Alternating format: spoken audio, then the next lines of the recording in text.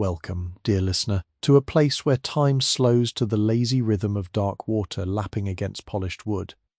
Tonight, you are perfectly safe. There is nothing you must do, nothing you must remember, no thought you must hold on to. Your only task is to breathe softly, to settle deeper into the warmth gathered around you, and to drift with me back through the long folds of memory into a summer evening upon the Mississippi River in the year 1858. Picture a great paddle-wheel steamboat resting upon the slow brown current, its tall twin chimneys exhaling thin ribbons of pale grey smoke into a sky brushed with stars. The wheel turns lazily now, hardly stirring the river, more like rumour than motion. Lanterns glow along the railings in small amber halos, soft as candlelight seen through honey, and somewhere far below decks a piano plays a slow tune that has half forgotten its own words. The night air is warm and velvet. It carries the scent of magnolia from the dark Louisiana shore, the faint perfume of cedar from the boat's old beams, and the cool mineral hush of river water moving over silt. Somewhere a frog calls. Somewhere else, very far away, a church bell counts a single hour. Let your shoulders soften. Let your jaw unclench. Let the slow, steady motion of the great old boat carry you, without effort, without urgency, into a quieter century where rest came easily and softly to those who simply listened. Before we slip further into the velvet hush of this Mississippi night, I would like to extend a small, quiet invitation. If you find that the gentle drift of these stories is helping your shoulders fall, your breath slow, your eyes grow pleasantly heavy, then I hope you will consider tapping the small subscribe bell beside your screen before you allow yourself to fade. It is a tiny gesture, hardly louder than the soft tick of a pocket watch, but it is the lantern that allows our channel to keep its windows lit, and our long, slow journeys through history to continue arriving at your bedside, night after peaceful night. You will not need to remember this in the morning. You do not need to act on it now. Simply let the quiet thought rest somewhere at the edge of your awareness, like a folded letter set gently upon the bedside table. Be considered, perhaps, when you wake. For now, all that matters is the soft creak of the boat's old planks beneath you, the deep velvet of the river beyond the railing, and the sleepy yellow lamplight spilling along the deck. We have many long, lulling hours ahead, many corridors to wander, many small golden details to notice and to forget. So settle in once more. Loosen the blankets gathered round your shoulders. Let the slow current of this story carry you. And let us, together, continue our quiet drifting into the long, soft night of 1858. Let your awareness drift slowly and without urgency toward the great wooden vessel itself, this floating palace of polished pine and painted iron that rocks ever so gently upon the wide brown current. She is called, let us say, the Belle of Natchez, and she is a side-wheel packet of the kind that ruled the Mississippi in those long, slow years before the Great War came to change everything.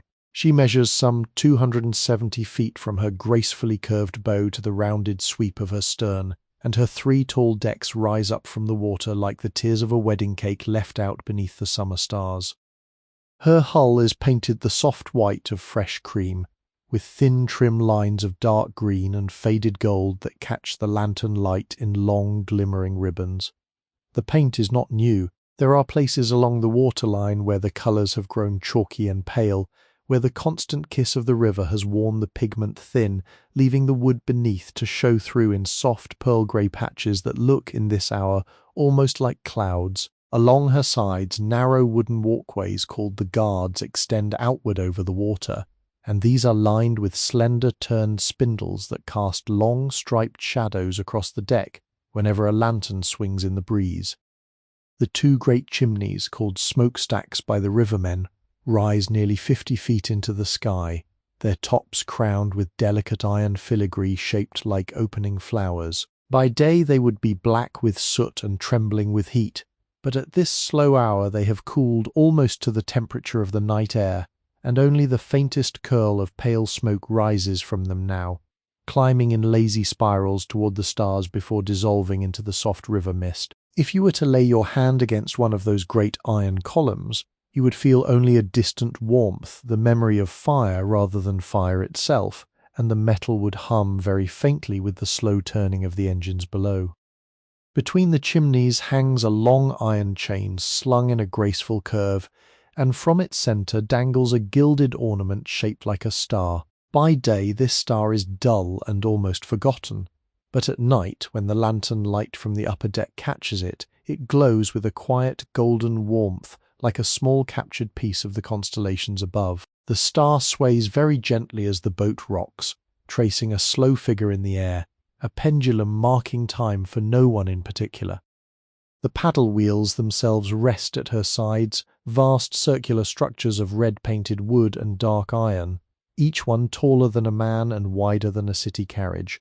They are quiet now, half submerged, the great flat paddles dripping slowly into the river with a sound like a drowsy clock. Each drop falls with a small musical note, and if you listen long enough you might begin to imagine that the paddles are speaking to one another in a language of soft wet syllables, a slow conversation that has been going on for as long as the boat has lived upon the river. Thin film of green algae has begun to grow along the lower edges of the paddles where they meet the water most often, and tiny silver bubbles cling to the wood, releasing themselves one by one into the current with the smallest possible size.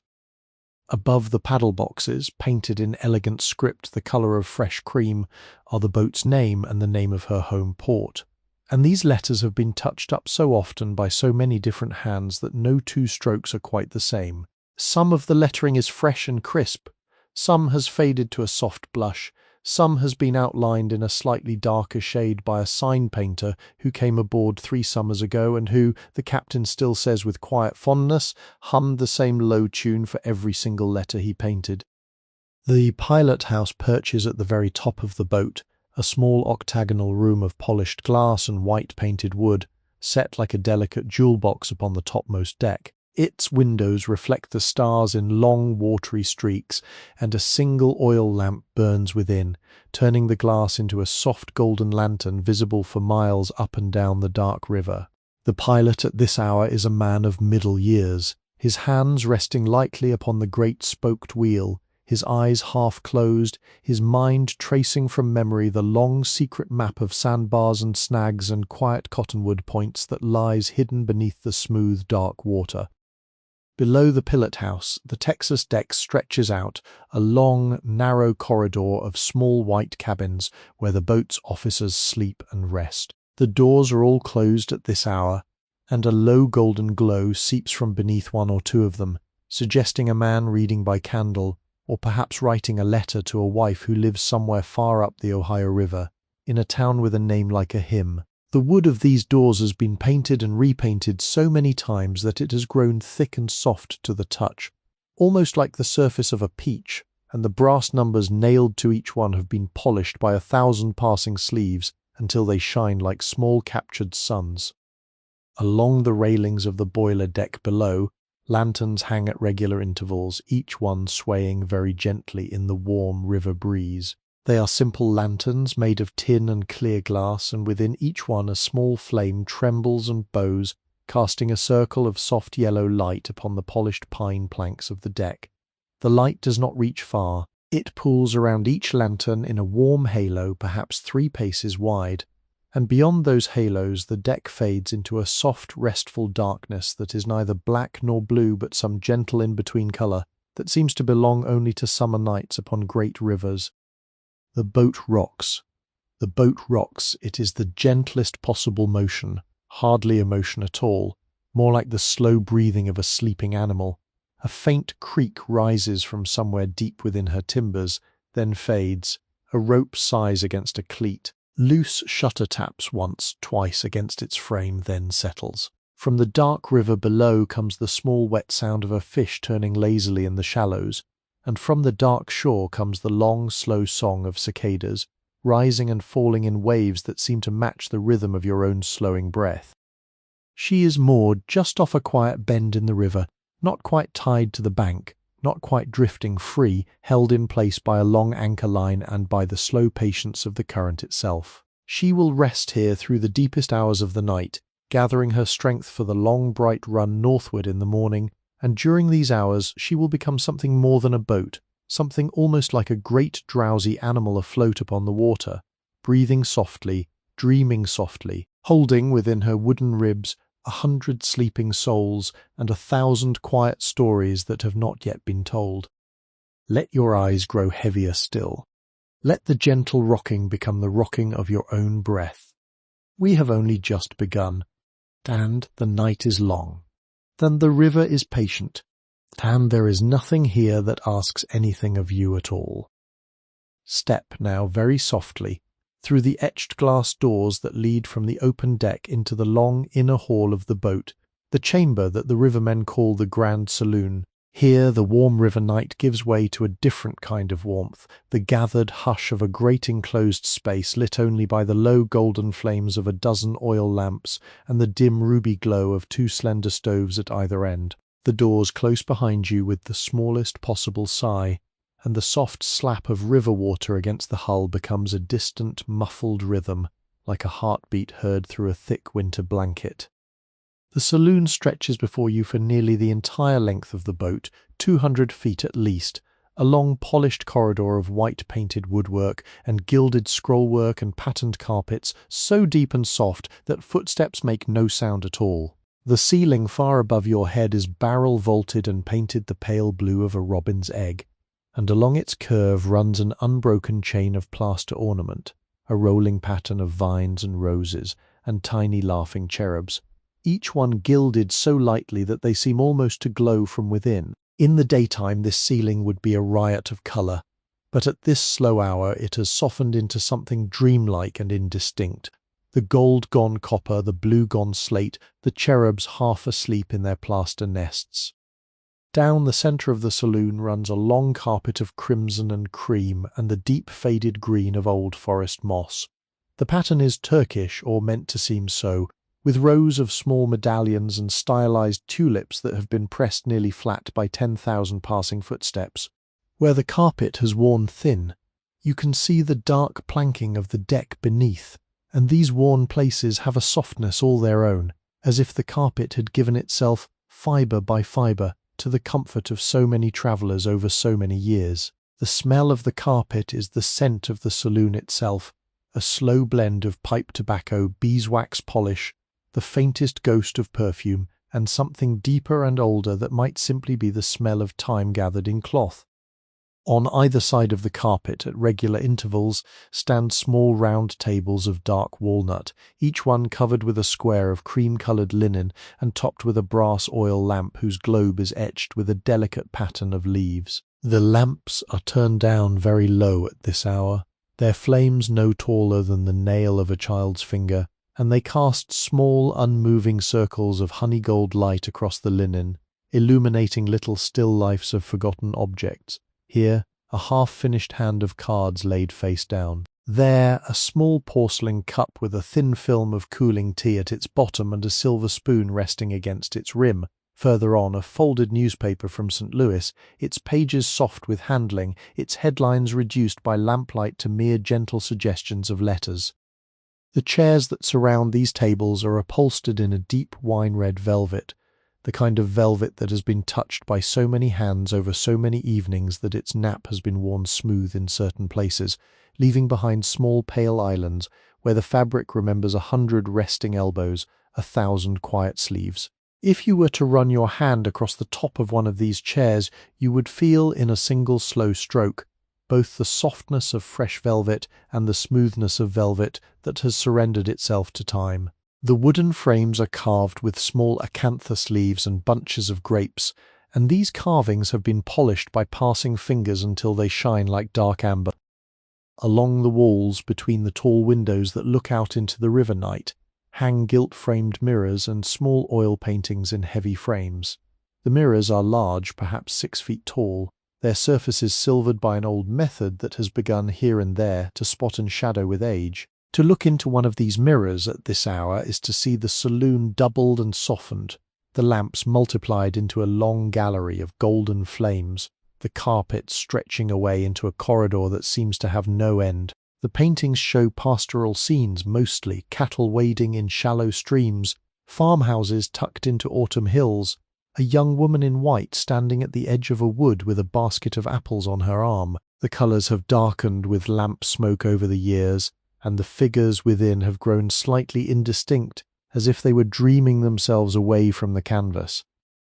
The windows themselves are tall and narrow, framed by curtains of heavy ivory damask tied back with thick golden cords. The damask carries a pattern of woven leaves that you can see only when the light catches it just so, and the cords are weighted at their ends with great brass tassels that hang nearly to the carpet. When the boat rocks very gently, these tassels sway in slow, identical arcs, and the soft brushing of their fringe against the velvet drapery is one of the quietest and most peaceful sounds in all the world. At the far end of the saloon, raised slightly upon a small platform, stands a grand piano of dark rosewood, its lid propped half open, its keys gleaming like the teeth of a sleeping animal. No one is playing it now, but earlier in the evening a young woman in a lavender dress sat there for nearly an hour, drawing out slow waltzes and the occasional sentimental ballad while the passengers lingered over their coffee and their pound cake. The music has long since faded, but somehow the saloon still seems to remember it. The air round the piano feels gently warmer, gently softer, as if the notes had not entirely dissolved, but had merely settled into the carpet and the curtains and the velvet, to be released again, slowly, throughout the long quiet hours of the night. Above the piano hangs a chandelier, a great cascade of cut crystal and brass, its many small candles already extinguished for the night, only a single low oil burner left lit at its centre. The crystal pendants hang motionless, but they catch the lamplight from below in 1,000 tiny sparks, so that the whole chandelier seems to be filled with sleeping fireflies. From time to time, when the boat rocks just slightly more than usual, the pendants chime against each other, a small bright music almost too quiet to hear, and then they fall silent again. The floor beneath your feet, beneath the long carpet, is solid pine planking that has been varnished and revarnished until it has acquired the depth and warmth of dark honey. You can feel very faintly the slow vibration of the great boat itself, the deep restful pulse of her sleeping engines somewhere far below, and this vibration travels up through the floor and the carpet, and into your bones with the gentleness of a lullaby that has no words. The saloon is empty now of all but a single old gentleman, asleep in a wing-back chair near the stove, his white-bearded chin resting upon his chest, a forgotten book of verse open upside down across his knee. His breathing is slow and even, and his presence does not disturb the hush at all. Rather, it seems to deepen it, to confirm that this is a place meant for rest, for the slow letting go of the day, for the long sweet drift towards sleep. Stand here a little while longer, the doorway of the saloon, and let your eyes wander from lamp to lamp, from mirror to mirror, from carpet pattern to carpet pattern. There is nothing you must do. The night is patient. The river is patient. And so, dear listener, tarry we. Let us walk then very slowly away from the great hush of the saloon, through a small arched doorway hung with a curtain of dark green velvet, and into the long narrow corridor that the rivermen, with their fondness for borrowed words, call the galley hall. This is the passage that runs the length of the boat between the rows of small private chambers, the staterooms, where the passengers go to lay down their tired heads when the long evening of cards and conversation has at last drawn to its quiet close. The corridor is narrow, hardly wider than the spread of a man's outstretched arms, and its ceiling is low, so low that a tall traveller must occasionally bow his head to pass beneath the small brass lanterns that hang there at intervals of perhaps 10 paces. These lanterns are smaller than the ones in the saloon, more modest in their ambition, each one burning with a single low flame behind a pane of frosted glass that has been etched with a delicate pattern of stars. The light they cast is a soft, milky gold, and it falls upon the corridor floor in overlapping circles, leaving the spaces between in a gentle, comfortable dimness that the eyes accept with gratitude after the brighter chamber behind. The walls on either side are panelled in pale tongue and groove pine, painted so many times in so many shades of cream and ivory and pearl that the surface has acquired a thickness almost like the icing on a cake. In certain places, where the paint has been chipped by a passing trunk or the careless swing of a heavy carpet bag, you can see the ghosts of older colours beneath, a faint blue here, a soft rose there, and these glimpses feel like small private letters from earlier years of the boat's long life. The panelling is broken at regular intervals by the doors of the staterooms, each one fitted with a small oval brass plate bearing a number in flowing engraved script. Number 12, number 14, number 16, the even numbers along the right-hand side, the odd numbers along the left. Each door is painted the same soft cream as the walls, but at its centre has been mounted a small panel of stained glass, no larger than the palm of a hand, set there partly for decoration and partly so that a passing steward might tell at a glance whether the lamp within is still burning. The stained glass panels are each different. One shows a small bunch of violets, another a single magnolia blossom, a third a sailboat upon a stylized blue wave, a fourth simply a swirling pattern of amber and ruby and green like the shoulder of a butterfly's wing. As you walk slowly down the corridor, the lamplight from within each occupied stateroom shines softly through these little coloured windows, and the hall is dotted at uneven intervals with small pools of jewelled light that fall upon the carpet in shapes of flowers and ships and abstract stars. The carpet of the corridor is of a deep red and dark brown weave, narrower than the great carpet of the saloon, fitted snugly between the walls, and held in place along its edges by slender brass strips polished to a soft warm gleam. The pattern is geometric, a procession of small linked diamonds, but the colours have softened so much over the years that the pattern now reads more as a kind of slow rhythm than as a clear design, the eye following the diamonds the way it might follow the slow lapping of small waves. Where the doors open most often, the carpet has worn into faint pale paths, and a careful observer might trace, in those soft pale ghosts, the comings and goings of 1,000 passengers whose names are now forgotten. Pause here for a moment before the door of stateroom number 18, and let your awareness rest upon the small everyday details that gather around such a place. The brass doorknob is polished and warm to the eye, though it would feel cool to the touch, and just below it, set into the doorframe, is a small slot for receiving the steward's note when breakfast is ordered for the morning. A folded slip of cream-coloured paper rests in this slot now, bearing in a careful hand the words "Coffee rolls, 2 soft eggs, 7:30, and the slip has been signed with a single curling letter that might be a J or might be an I. It is difficult to tell in the low golden light. From within stateroom 18 comes the very soft sound of breathing, deep and slow, and even the breathing of a person already gone over into the country of dreams. From stateroom 20, further down the hall, comes the faint scratch of a fountain pen against paper, a steady whispering rhythm, as if someone were writing a letter that wants very much to be finished before sleep finally claims its author. From stateroom 22, no sound at all, only a thin band of golden light beneath the door, suggesting a lamp left burning while its owner has perhaps stepped out to take one last breath of river air on the deck above. The corridor smells of many small sleepy things layered together. There is the soft scent of beeswax from the polished brass and the carpet edges, and the faintly bitter scent of lamp oil from the small flames in their frosted globes, and the warm, sweet smell of fresh laundered linen from the steward's closet at the far end of the hall, where stacks of ironed pillowcases and folded towels rest upon white wooden shelves like sleeping doves. There is beneath all of these the deep wood smell of the boat herself, a smell of pine and cedar, and the slow dreaming of timbers that have lived above water for many seasons. And there is very faintly the green river smell that finds its way into every corner of every Mississippi vessel, no matter how careful the housekeeping may be, a smell of mud and willow and faraway rain.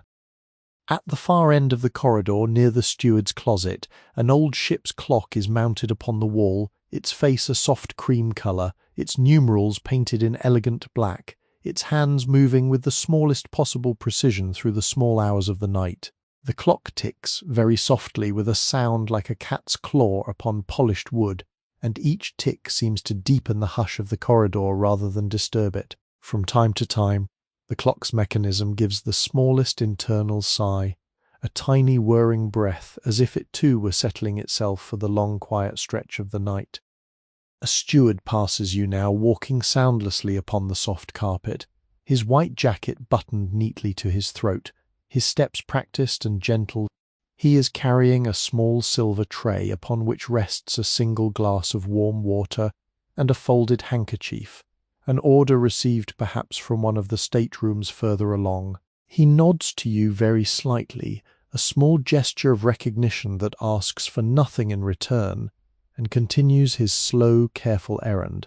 The smell of starch from his jacket lingers behind him for a moment, clean and reassuring, and then it too fades into the larger hush. Stand here a while longer, in this long, quiet corridor, and feel how the entire boat seems to be folding itself inward towards sleep. Behind every closed door a person is settling, breathing, drifting, and the corridor itself, with its soft lamplight and its coloured stars of stained glass and its slow-ticking clock, holds them all the way a careful pair of hands holds a sleeping bird, gently, gently, with no thought of ever letting go. Climb now, in your imagination, the small narrow staircase that winds upward from the boiler deck through the Texas, past the closed white doors of the officers' cabins, and up at last to the very topmost chamber of the boat, the small octagonal pilot house that perches upon the highest deck like a delicate glass crown set upon the head of a sleeping queen. The stairs are steep, and they creak ever so slightly as you climb, each step releasing the smallest possible breath of sound, a faint sigh of pine wood, remembering all the boots and slippers that have passed over it across the years. The handrail is smooth beneath your palm, polished by countless climbing hands, and warm with the gentle warmth that wood acquires when it has lived for a long time in the company of people. At the top of the stairs you find a small landing, and upon the landing a low door painted a soft weathered green, fitted with a brass handle shaped like a small ship's wheel. The door has been left slightly ajar, as is the custom in the deepest hours of the night, when the pilot likes to keep the air of the high deck moving freely through his small kingdom. Push the door open very gently and step within. The pilot house is smaller than you might have imagined, perhaps 12 feet across, 8-sided, with tall windows running all the way around so that the pilot may see in every direction without ever having to turn his head more than a few degrees. The windows have been raised slightly for the night, and a thin warm breeze moves through the chamber, carrying with it the rich scent of the river and the soft sweet scent of honeysuckle from a stretch of bank some half a mile downstream. The breeze stirs the corner of a chart that lies unrolled upon a small side table, and the chart's edge rises and falls very gently, as if it were breathing.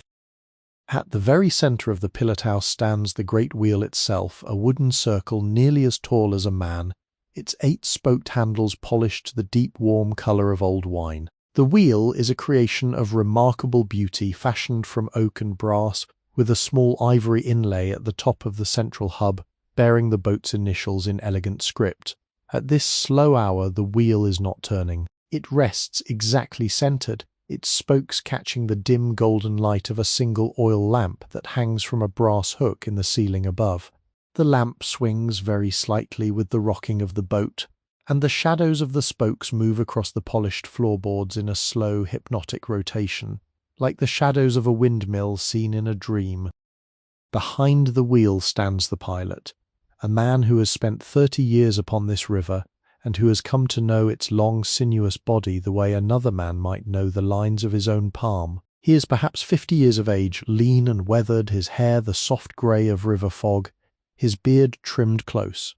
He wears a dark blue coat with brass buttons and a soft white shirt whose collar he has loosened against the warmth of the night. His hands rest very lightly upon 2 of the wheel's spokes, almost as if he were touching the shoulders of an old friend, and his eyes half closed gaze out through the forward windows into the long dark country of water that lies before the boat. He does not turn when you enter, he is too deep within his own quiet attention for that, and besides, in the language of the pilot house, a soft footfall behind him is not an intrusion but simply another small fact added to the night. He notes your presence the way he notes the small change in the sound of the water against the hull, the slight shift in the direction of the breeze, the distant call of a night bird from the cottonwood grove on the eastern bank. All of these things he gathers without effort, without thought, the way an old gardener gathers the news of his garden simply by stepping out into it at dawn. Through the forward windows of the pilot house, the river lies before you in all its long, dark majesty. The water is the colour of strong tea poured into a black cup, and its surface is broken only by the slow ripples of the current and by the occasional silver flash of starlight catching upon a turning eddy. The river is wide here, more than half a mile across, and the far bank is a long, low shadow against the lighter darkness of the night sky. Above the river, the heavens are scattered with stars so thick and so bright that they seem to lean down toward the water as if to drink from it, and along the horizon a thin band of paler dark suggests that somewhere, very far away, the world is preparing itself for a moon that will not rise for another hour yet.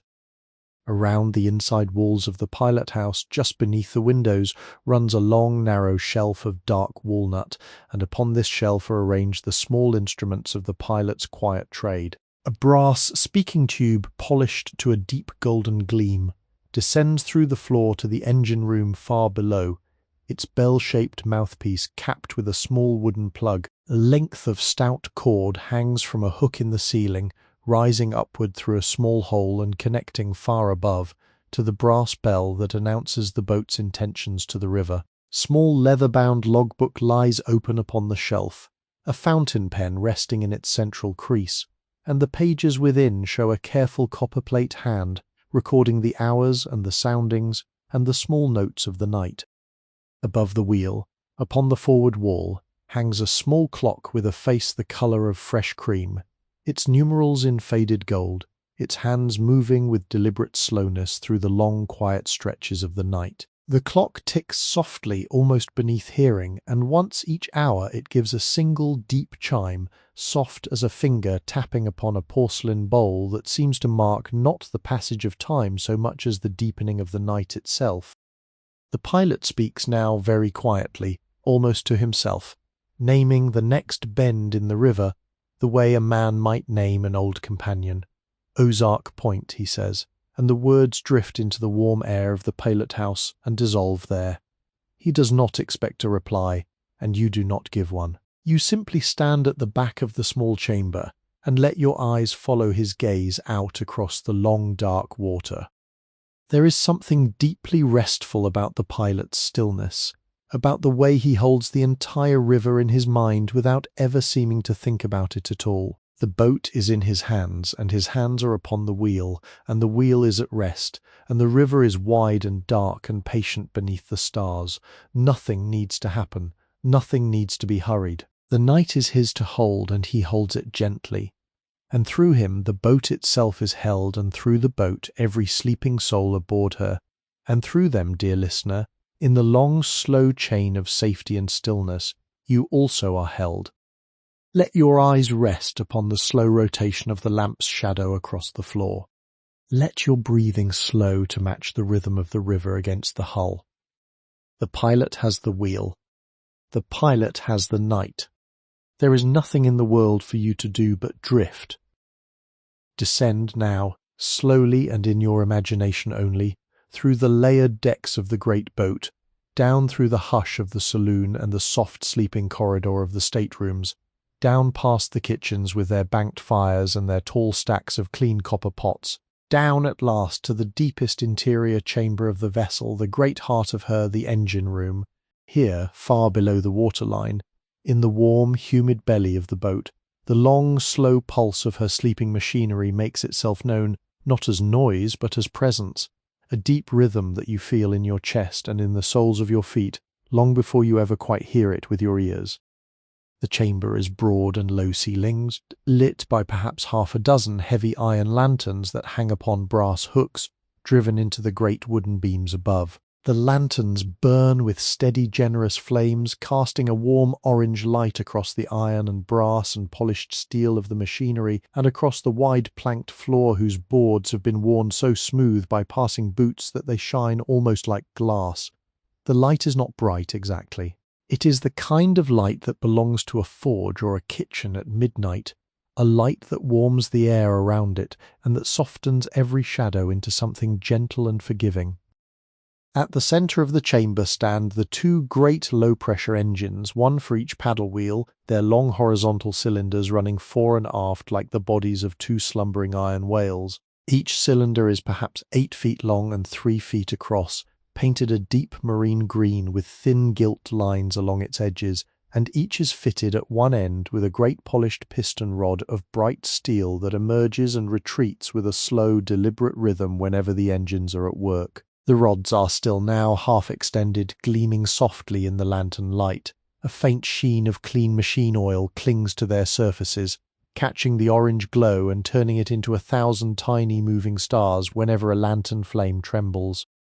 Above the cylinders, mounted upon great wooden frames called the walking beams, sit the engine's counterweights, massive cast-iron arms shaped a little like the long levers of an old well pump. By day, when the engines are working, these beams rise and fall in a slow, beautiful seesawing motion, the kind of motion that draws the eye and slows the mind. But at this quiet hour they too are still, their great iron arms balanced and at rest, their shadows falling in long, unmoving stripes across the warm floor. Second engineer sits upon a small wooden stool near the boilers, his back against the warm brick of the boiler housing, a tin cup of black coffee resting upon his knee. He is a young man, perhaps 25, with a soft round face and dark hair cropped close, and his shirt sleeves are rolled up to his elbows in deference to the warm, humid air of the chamber. He is reading very slowly from a small pamphlet in his free hand, a treatise upon the mechanics of compound steam engines that has been folded and refolded so many times that its pages have grown soft and limp at the corners. His lips move slightly as he reads, but no sound comes from them, and from time to time he pauses and looks up into the middle distance, considering some passage, before returning his gaze to the page. He, like the pilot far above, takes no notice of you. The engine room at night is a place of long, slow attention and unhurried thought and small private acts of study, and the people who keep watch within it have learned how to share its space with quiet visitors of every kind, real or imagined. The young engineer turns a page. The pamphlet whispers softly. Somewhere within the boilers, a small bubble of steam rises through the warm water and breaks against the iron with the smallest possible chime. The boilers themselves stand in a long row along one wall of the chamber, 4 great iron cylinders, each one wrapped in a heavy housing of firebrick and held in place by stout iron straps. They are quiet now, banked down for the night, their fires reduced to slow red beds of glowing embers that cast a deep crimson light through the small iron grates at their bases. The grates are perhaps a foot square, and to look into one is to look into a small landscape of ash and ember, where tiny golden flames leap and subside without any apparent purpose, like the dreams of a sleeping animal made visible. The bricks around the grates have been blackened by long years of fire, and yet they retain a kind of warmth in their colour, a deep rose grey that seems to glow softly even where no flame touches it directly. The air in the engine room is warm and thick and slightly sweet. It smells of clean oil and of warm iron and of the faint, comfortable perfume of well-burnt wood, and underneath all of these scents lies the deeper, older smell of the river itself, drawn upward through the boat's lower planks and mingled with everything else. It is the kind of air that wraps itself around you like a heavy quilt, and after a few minutes of standing within it, you become aware that your shoulders have dropped, that your jaw has relaxed, that your breath has grown deeper and slower, almost without your noticing. Along the far wall hangs the engineer's small array of tools, each one suspended from a brass hook that has been carefully labelled in white painted letters: spanner, wrench, oil can, taper, rule.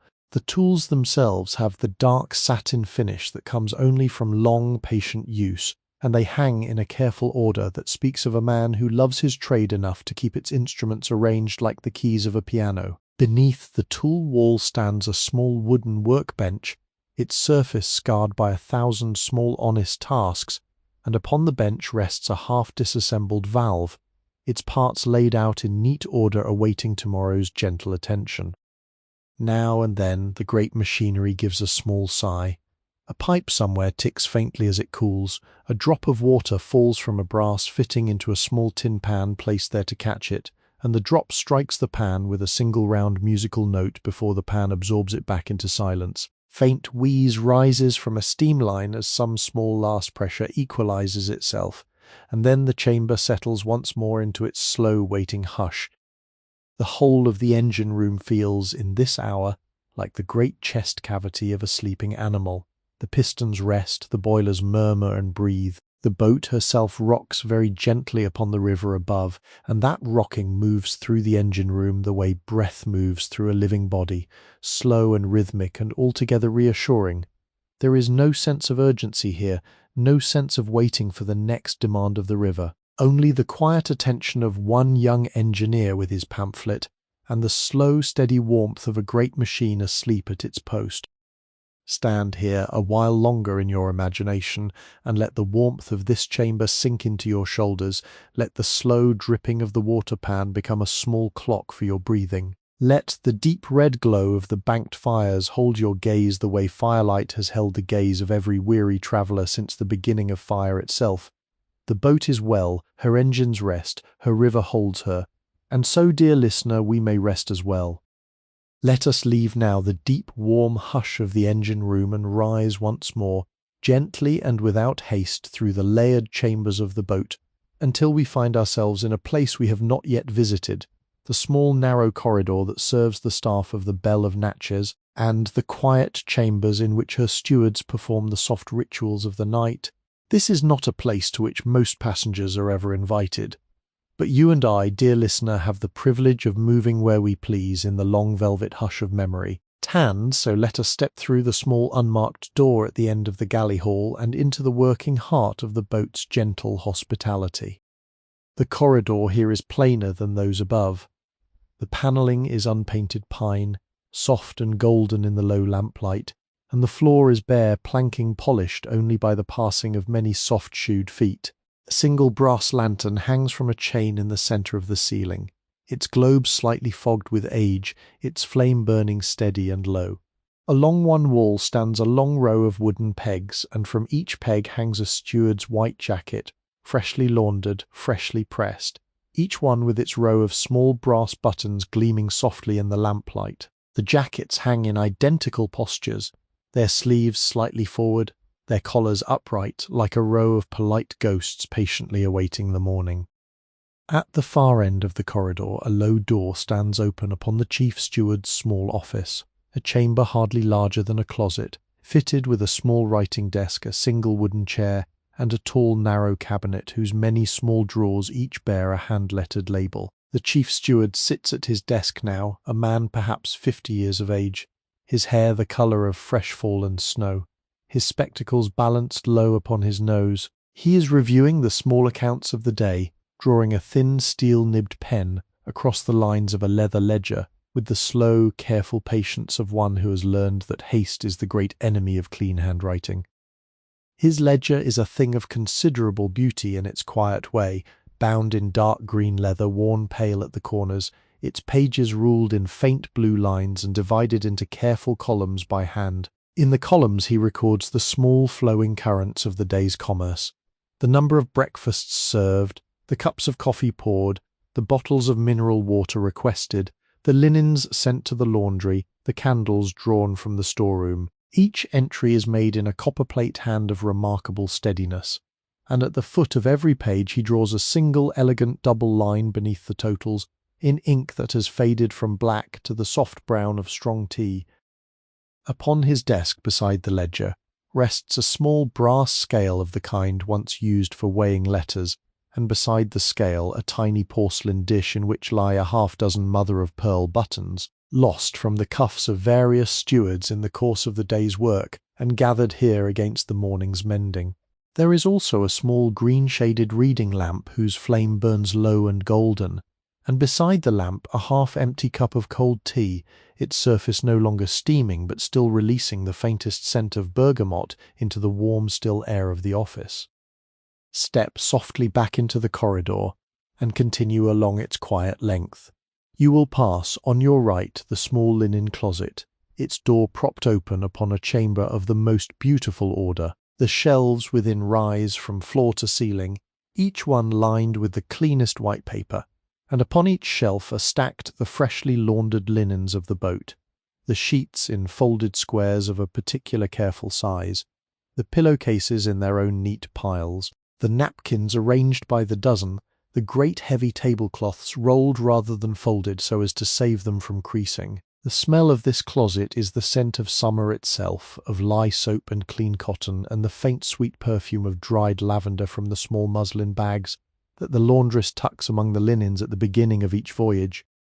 Young Steward stands within the linen closet now, perhaps 18 or 19 years old, his white jacket carefully buttoned, his hair combed neatly back.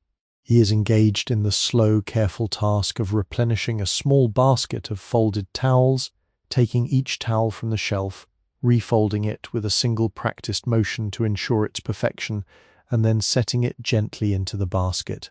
His movements are so quiet, so unhurried, that you might almost mistake him for a figure in a painting, were it not for the small periodic flutter of the towels and the soft whisper of cotton against cotton.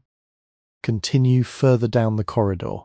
You will pass the small kitchen pantry where the night cook is preparing the next day's biscuits in advance. He is a stout, kindly-looking man with flour upon the sleeves of his shirt, working slowly at a long wooden table, kneading a great soft pale dough with the heels of his hands in a slow rhythm that seems almost like the rocking of the boat itself. The pantry around him is lined with shelves of flour and sugar and salt, with crocks of butter and jars of preserves, and the air is sweet with the scent of fresh dough and the deeper scent of last evening's cinnamon. He hums very softly as he works, a tune without words, and the dough rises and falls beneath his hands in a slow, steady cadence. Beyond the pantry lies the silver room, a small chamber whose walls are lined with shallow drawers, each one lined in green felt, and each one holding the boat's silver in beautiful order. The forks lie in their long row, the spoons in theirs, the knives in theirs, and along one wall the great serving pieces, the soup tureens and gravy boats and tea services, rest beneath thin protective cloths. Second steward sits within the silver room upon a low stool, polishing a single large coffee pot with a soft cloth and a dab of pink polish, his head bent over the work, his eyes patient. He polishes in slow circles, and beneath his cloth the silver brightens by gentle degrees until the pot begins to glow with the deep mirror finish that only patience and practice can achieve. The smell of the polish is sharp and clean, with a faint ghost of rose at the edge, and the smell mingles pleasantly with the faint vanilla from the night cook's pantry next door. Through all of these small chambers and slow, gentle activities runs the same quiet undercurrent of attention and care. No voice is raised, no motion is hurried. Each steward goes about his work the way an old gardener goes about the watering of a beloved row of flowers, patiently, lovingly, with full presence in the small task at hand. The boat is not yet asleep, not entirely. She is being put to bed by careful hands, and these hands move through her quiet corridors with the gentleness of a mother arranging the blankets around a sleeping child. Stand here for another long, unhurried moment, and listen to the small composite music of this hidden world, the slow scratch of the chief steward's pen, the whisper of folded linen, the faint hum of the night cook, the soft circular friction of polish upon silver, the steady tick of a small clock above the linen closet, marking off the long quiet minutes of the deep night, and beneath all of these the deep heartbeat of the boat herself breathing softly upon the river as her gentle servants tend to her in love and in long faithful habit. You may go now, your imagination, wherever you please. The corridor is quiet, the night is patient, and the slow, careful work of human kindness goes on, unobserved and unbroken, through the small hours of every long, peaceful night that has ever rested upon the great Mississippi. Let us return now, very slowly and on the softest of footsteps, to the long sleeping corridor of the staterooms, and let us pause at one or two of those white-painted doors to consider, in our gentle imagination, the small customs and quiet rituals by which the cabin passengers of the Belle of Natchez were accustomed to prepare themselves for the slow surrender of the night. These were the genteel travellers, the merchants and planters and their families, the lawyers bound for distant courts, the tutors and the music teachers and the occasional travelling actor, all of them sharing for a few short days the particular floating world of the great steamboat, and each of them carrying with them into their small private chambers the soft habits of home.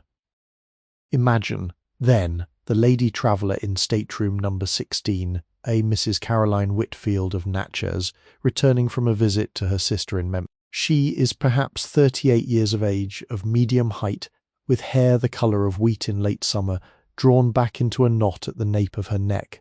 Her stateroom is one of the larger ones, perhaps 8 feet by 10, with a single small window that looks out upon the moonlit river, and a narrow bed built into the wall behind a heavy curtain of cream-coloured silk. The room is lit by a single oil lamp set upon a small folding writing desk, its flame turned low so that the chamber is filled with a warm honey-coloured half-light that softens every surface. She has been preparing for sleep for nearly half an hour now, and her preparations have proceeded according to a rhythm she has known since girlhood. First, her travelling dress was hung carefully upon a wooden hanger and suspended from a small brass hook upon the back of the door, where its long folds of dove-grey silk now stir very gently in the breeze from the window. Next, her petticoats were laid across the foot of the bed in neat order, and her stockings rolled carefully into a soft ball and placed within her travelling case. Now she sits before a small mirror that hangs above the writing desk, brushing her hair with a tortoise-shell brush whose handle has been worn smooth by 20 years of use. She brushes slowly, 100 strokes upon each side, as her mother taught her when she was a child, and the brush moves through her long hair with a soft, regular whispering that fills the room like the sound of a faraway tide. Between strokes she pauses occasionally to look out the small window at the moon-silvered river, and her own face floats in the dark glass beside the moon, softened and made dreamlike by the low lamplight. She is not unhappy. She is not happy. She is simply present in this small floating room, doing the small floating tasks of preparing for sleep, and her heart is quiet within her. When she has finished brushing, she opens a small lacquered box upon the writing desk and removes from it a slender silver hairpin, with which she gathers her loose hair into a long single braid that falls down her back like a rope of pale gold. She ties the end of the braid with a thin black ribbon, knots it twice and lets it fall against the soft white of her nightgown. Now she takes up a small porcelain bowl from beside the lamp, into which the steward earlier poured a measure of fresh river water, gently filtered through a clean linen cloth in the manner the boat's stewards always followed. She dips her fingers into the cool water and wets a small piece of soft sponge, and then with this sponge she washes her face slowly, attentively in 3 careful passes, the way her mother also taught her. The water is cool but not cold, and the soft sponge against her warm skin produces a small private sigh of pleasure that nobody else will ever hear. She pats her face dry with a square of fine linen kept folded inside the lacquered box, and then lifts a tiny crystal bottle no larger than her thumb, and touches a single drop of rosewater to each temple and to the soft hollow at the base of her throat. The scent of the rosewater rises from her skin and fills the small chamber, a sweet warm fragrance mingled with the cooler scent of the river breeze and the soft amber scent of the oil lamp. She sits for a long moment in the silence of her own perfume, looking at nothing in particular, allowing her mind to settle. Imagine, now, in stateroom number 22, further down the corridor, the gentleman traveller, a Mr. Edward Llewellyn of Cincinnati, a quiet man of letters who is on his way to St. Louis to consult an old friend. He is in his late 40s, slender with kind hazel eyes and a soft brown beard that he keeps trimmed close against his jaw. His stateroom is the same size as Mrs. Whitfield's, but its arrangement is different, more masculine in a quiet way. Small dark leather valise sits upon the floor at the foot of the bed, half unpacked. A folded newspaper rests upon the bedside shelf, a candle in a brass holder beside it. Mr. Llewellyn has long since changed into his nightshirt, a long flowing garment of soft cream linen with a small pleated front and a single mother-of-pearl button at the throat. He sits now upon the edge of the bed in his stocking feet, his slippers placed neatly on the floor before him, and he is engaged in the gentle nightly ritual of his journal. The journal is a small, fat volume bound in dark blue leather, kept faithfully every evening for the past 12 years, and into it he is now copying, in a careful hand, a short observation about the day's progress upon the river. He writes, "The water tonight is the colour of strong tea and as still as a sleeping cat. We have made good progress and lie now off the Vicksburg bend. The supper was simple but gracious, the boat is calm and I find my mind unusually quiet." He blots the page with a small square of pink blotting paper, considers it for a moment and adds, in a slightly smaller hand, "The night air smells of magnolia and of wood smoke, and there is a piano somewhere that someone has been playing only half loud, and I'm glad to be exactly where I am." He closes the journal, slides it beneath the candle upon the bedside shelf, and lifts his small carved wooden pipe from the saucer where it has been resting. The pipe is unlit now, but its bowl still carries the soft, sweet ghost of the evening's tobacco, and he holds it for a moment between his fingers as one might hold a small warm bird, simply for the company of the thing. Then he sets it down again, turns down the lamp's flame to a tiny golden bead, and slips slowly beneath the cool, clean sheets. Stateroom number 30. An elderly gentleman who has travelled this river for 40 years has already fallen asleep in his chair, a copy of the latest Harper's Magazine slipping slowly toward the floor from his slack right hand. His soft snoring is steady and unembarrassed, and the lamplight catches the silver of his hair and the small golden chain of his pocket watch where it dangles from his vest. A steward will come presently to gently take the magazine from his hand, to draw a soft blanket across his knees, and to turn down the lamp, all without waking him. Stateroom number 8, a young couple, newly married, whisper in the dark to one another, their quiet laughter softer than the brushing of the curtains against the window. They are not yet ready to sleep. They will lie awake for another hour, perhaps 2, talking in the small close world of their little chamber, and the boat will rock them as patiently as if she had nothing else to do. In every stateroom, in every chamber along the long quiet corridor, the same thing is happening in 1,000 different small ways.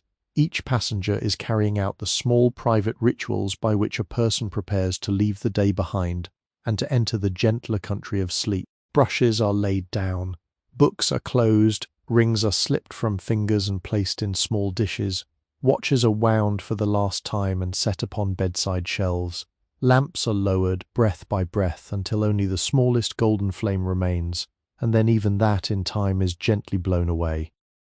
The boat holds them all in her warm wooden arms, then the river holds the boat, and the night holds the river, and you, dear listener, held within the night, then there is nothing in all this long, slow chain of holding that asks anything of you at all.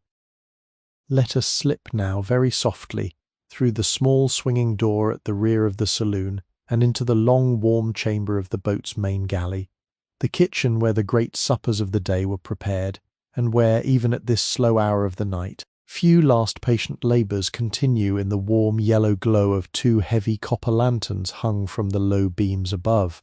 The galley is a chamber of considerable size, perhaps 30 feet long and 12 feet wide, with a high ceiling crossed by dark beams that have been smoke-darkened over many summers, and a long wooden floor whose planks have been scrubbed so many times that their grain stands out in soft pale rivers against the surrounding dark. The dominant feature of the galley is the great iron range that runs along its inner wall, a tremendous black machine nearly 12 feet in length, fitted with 8 burners and 2 ovens and a long warming rack of blackened iron above. The range is no longer at full fire, of course. The great labours of the evening supper have long since ended, and the cooks who tended that supper have retired to their narrow berths in the staff quarters. But within 2 of the burners, small banked fires still glow, casting a soft red light through the iron grates and warming the air of the galley with a deep settled warmth that smells of wood smoke and roasted vegetables and the lingering ghost of a great pot of beef stew that simmered there for most of the afternoon. Upon the warming rack above the range, several large copper kettles still rest, their lids half set, their contents long since cooled to the temperature of the room. The copper itself has been polished so many times that it has developed the particular soft pink gold color of well-loved metal, and where the lantern light catches it, it glows the way a warm cheek glows in candlelight. Small wooden ladle hangs upon a hook beside the range, its handle worn smooth by many years of patient work, and beside the ladle hangs a long-handled iron skimmer, tanned beside the skimmer, a row of carving knives whose blades have been honed to that particular silvered thinness that only generations of careful sharpening can produce. Along the far wall of the galley stands a long preparation table of solid oak, its surface scrubbed, pale and slightly hollowed at the centre from long years of chopping and rolling. Upon this table, in neat order, rest the small tools that the night cook will use in the small hours of the morning to begin the day's first labours. A wooden rolling pin, polished to the soft golden colour of old butter, lies along one edge. A great round wooden bowl, deep and patient, sits in the middle of the table, lightly dusted with flour from the night cook's earlier work. 3 white linen cloths are folded into precise squares beside the bowl, and a small porcelain dish holds half a dozen new pats of fresh butter, each one stamped with the boat's small ornamental crest. Above the preparation table hangs a long wooden rack from which dangle on small iron hooks the implements of the cook's trade, ladles of various sizes, slotted spoons, long wooden spoons whose bowls have been worn into soft asymmetrical shapes by the stirring of countless sauces, several pairs of tongs, and a great copper saucepan whose handle bears the soft dent of long years of resting in the same particular hand. Each implement has its place. Each place has its implement. The whole rack reads to the gentle eye like a small library of habit and care. Along the wall opposite the great range stands a long low cabinet of pine, its many small drawers each labelled in white painted letters: cinnamon, cloves, mace, black pepper, white pepper, ground ginger, allspice. Pull open one of these drawers very gently in your imagination, and you would find within a small lidded jar of green glass, half full of the relevant spice, and the moment you opened the jar a tiny burst of warm fragrance would rise up from it, the deep brown sweetness of cinnamon, the sharp nose-pinching brightness of cloves, or the soft floral warmth of mace, or the quick black spark of pepper. Each spice has its own small private music in the air, and the cabinet as a whole carries, even when closed, a faint composite scent of all of them mingled together, a scent like the memory of every soup and every cake and every spiced cordial that has ever risen from the boat's great range.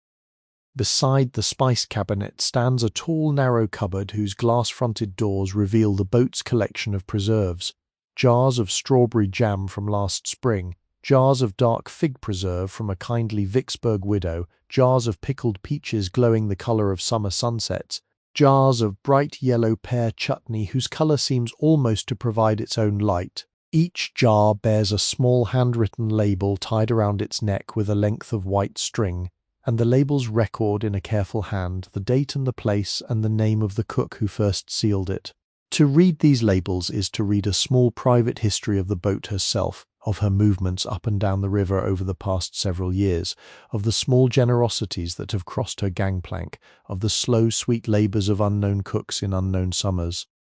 The night cook, whom we briefly met earlier, has now finished kneading his dough and has covered it with a clean cloth to rise slowly through the small hours toward the morning's biscuits. He stands now beside the great range, sipping a small cup of coffee from a chipped white china cup, gazing thoughtfully into the soft red glow of the banked burners. He is perhaps 45 years of age, with a kindly round face and a pair of remarkably gentle hands, and he is at this moment thinking of nothing in particular, only enjoying the warmth and the silence and the deep good smell of the galley around him.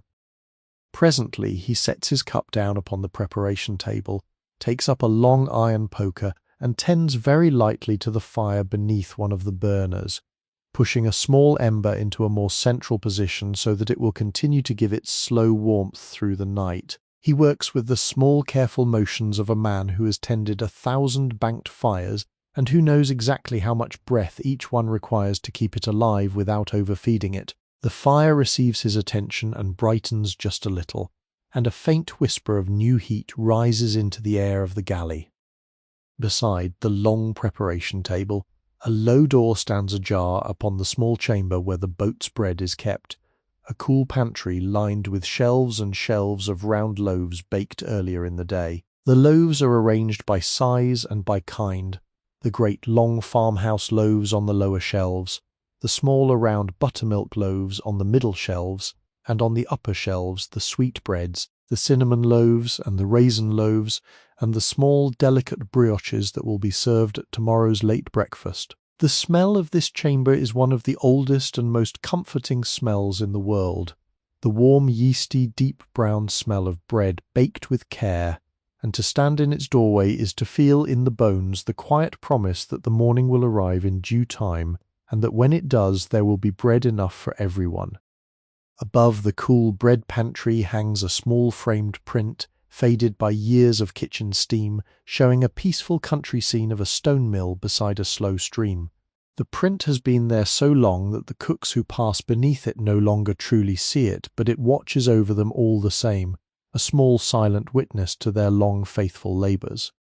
Stand here a while longer in the warm patient hush of this great galley, and let your senses open very slowly to the layered comforts that fill it, the deep red glow of the banked fires, the soft gold of the polished copper, the warm smell of bread and cinnamon and pepper and cooled stew, the slow steady breathing of the night cook beside his range, the patient music of the boat herself, breathing softly upon the river just beyond the wooden walls. There is no urgency here, no sense of waiting for the next demand. There is only this rich, drowsy, rhythmic warmth, and the long, slow turning of the night toward another faithful morning. Let your shoulders settle. Let your breathing slow. Let yourself be carried. So many have been carried before you. Be the gentle warmth of an old kitchen at midnight, while the great river rocks the boat, and the boat rocks the cook, and the cook rocks his coffee in his patient, kindly hand. There is a particular hour of the evening upon a Mississippi steamboat of the year 1858, an hour that falls somewhere between the end of supper and the slow drift towards sleep, in which the great saloon becomes briefly, gently, and beautifully transformed by the soft alchemy of music. By this point in our quiet journey that hour has long since passed, the dancers have retired, the players have closed their cases, and the great piano stands silent upon its small platform. And yet, as we wander once more through the long velvet hush of the saloon, we find that the memory of that hour lingers in the very air around us, the way the perfume of a bouquet of flowers lingers in a room long after the flowers themselves have been carried away. Let us pause, then, in the centre of the great saloon beside one of the small walnut tables, and let us bring our gentle attention to the small but extraordinary world of riverboat music as it existed in those long, slow summers of the late 1850s. Imagine, if you will, that the hour is now reversed, and that we stand in the saloon at perhaps 9 in the evening, when the great chandelier above the piano was fully lit, and the lamps along the walls were bright, and the patterned carpet was edged on either side by rows of small tables, each one occupied by a cluster of well-dressed travellers who had come up from supper still in the warm conversational mood of the dining-room. The first music of such an evening was always quiet music, music that did not yet ask anything of its listeners. The pianist, a young woman in a lavender dress, would slip almost unnoticed into her place upon the small platform, and would begin, in a soft preliminary way, to draw out the slow opening notes of a parlour ballad. The notes would rise from the piano like small bright fish rising in a still pond, and would float across the saloon, mingling with the conversation but never interrupting it, the way a low fragrance might drift through a garden without disturbing the bees. The pianist's touch upon the keys was a thing of remarkable delicacy. She did not strike the notes so much as coax them, drawing them out of the instrument the way a careful hand draws thread out of a spool of silk. Imagine now the slow gathering of an audience without anyone seeming quite to gather. A merchant turns his chair just slightly to face the piano. A lady sets down her teacup more softly than she had been setting it down before. 2 children sitting near the great mirror cease their whispered argument and watch with the wide, patient eyes of the very young, who are always the first to understand when music is about to deepen. The lamplight, meanwhile, catches the white of the pianist's hands as they move across the keys, and her fingers seem, in the soft gold of the chandelier, to have become small luminous creatures of their own, performing their delicate dance independent of the woman to whom they happen to belong. After perhaps 10 minutes of these gentle preliminaries, a young gentleman would emerge from one of the side doors, carrying with him a violin case of dark polished wood, and he would walk slowly toward the piano with the small quiet smile of a man who knows that his arrival has been awaited. He would set his case upon a small chair beside the platform, lift the lid and remove from within his violin, an instrument of warm honey-coloured wood with a single deep crack along its lower bout that had been there for 60 years, and that the violin's previous owners had always declared to be the very source of its particular sweetness. The young man would tune the instrument very slowly in soft rising arcs of sound that floated above the piano's quiet accompaniment, and the audience, without anyone giving any signal, would by this time have entirely settled itself into listening. Conversation in the saloon would have lowered to a level just above silence, a level at which the words people were saying to one another had become less important than the music's first proper notes. A waiter passing through the saloon would lift his tray a little higher and walk a little more slowly in deference. A small dog asleep beneath one of the tables would lift its head, blink twice, and lower it again. The first true music of the evening would then begin, and it would almost always be a slow waltz.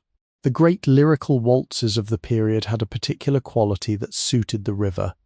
They were unhurried, they were gracious, they unfolded the way the river itself unfolded in long, easy curves and slow returning rhythms. The pianist would lay down the deep 3-beat foundation of the waltz with her left hand, and her right hand would begin to draw out the melody in slow, looping, descending phrases.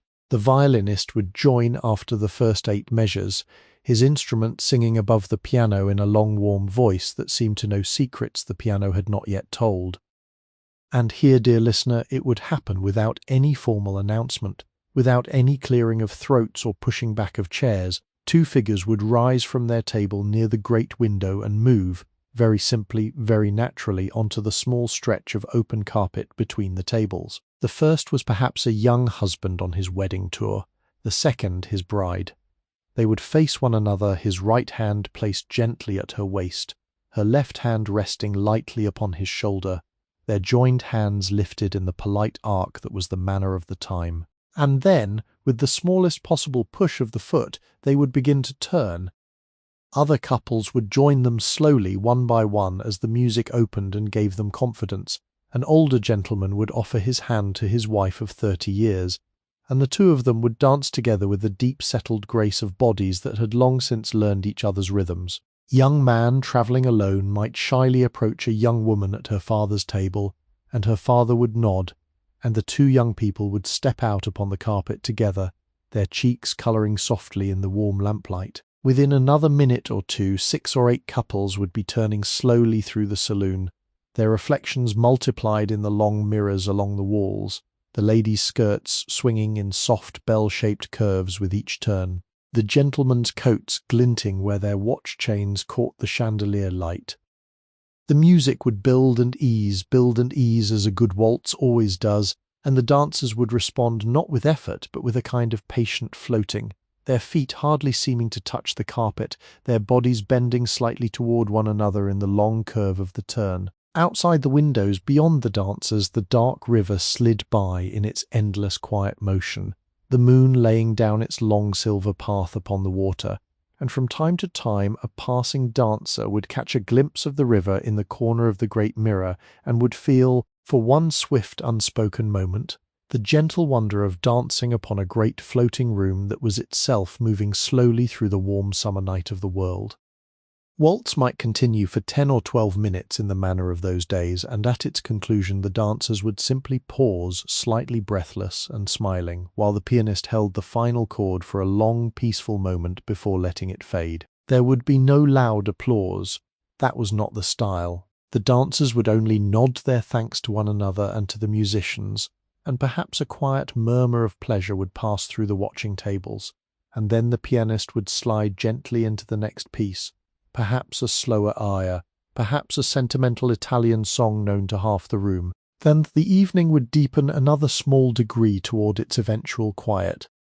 All of this, dear listener, has long since ended. The dancers have returned to their staterooms. The pianist has put away her music.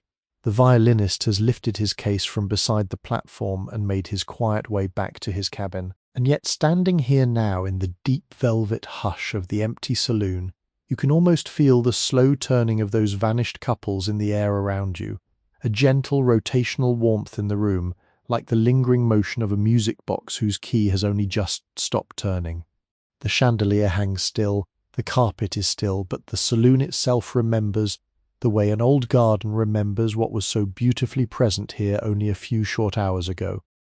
And you, listening from your own quiet place, can rest within that memory, the way a sleepy guest rests within an empty ballroom while a single quiet candle burns in a corner.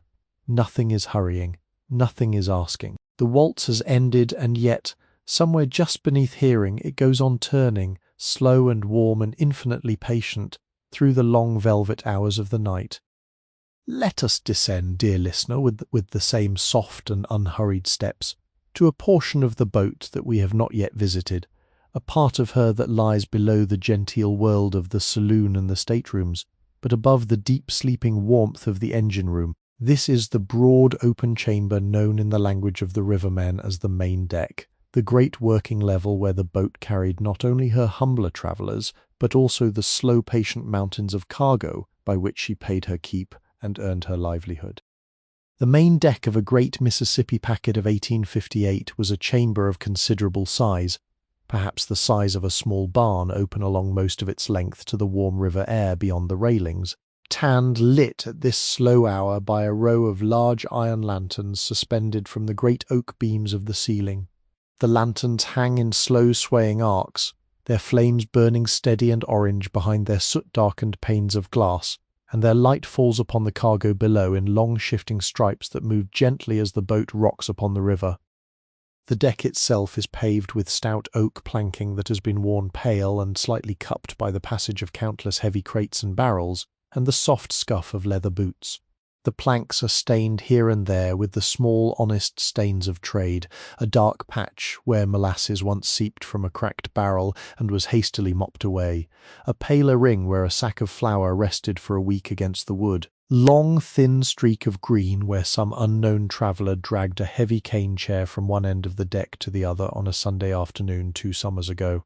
The planks have absorbed all of these small histories, and they wear them now with the quiet dignity of a kindly old face that has been weathered by many honest seasons. Stacked along the inner walls of the main deck, leaving a wide central aisle for the movement of the crew, tower the great patient ranks of the cargo themselves. Here, this section, stand perhaps 3 dozen tall barrels of sugar, each one bound with 3 thick iron hoops, each one stamped upon its head with the brand of a Louisiana plantation whose name, elegant black letters, reads Avoyelles. The wood of the barrels is the soft warm colour of toasted bread, and a fine pale dust of sugar clings to the cracks between the staves, glittering very faintly in the lantern light. To pass close to these barrels is to be enveloped, very gently, by the deep, clean, sweet scent of unrefined cane sugar, scent that seems to carry within it the warm, wide green fields of the lower river country, the long, lazy sound of a mule's harness, the slow cadence of a sugar house in the autumn of the year. Beyond the sugar barrels stand the stacks of cotton bales, the great soft mountains of compressed white fibre upon which the entire commerce of this river was built in those years before the war. The bales are wrapped tightly in dark hempen cloth and bound with broad iron bands, and they are stacked 4 and 5 high, their corners aligned with the careful precision of a stonemason's wall. Each bale weighs perhaps 400 pounds, and yet the rivermen who load them move them with a kind of choreographed grace, sliding them upon hand trucks in long looping rolls that look from a distance almost like the slow turning of dancers in a great country reel. Tonight the bales sit perfectly still, and the deep dim spaces between their stacks are filled with shadows the colour of strong coffee, soft and infinite and welcoming.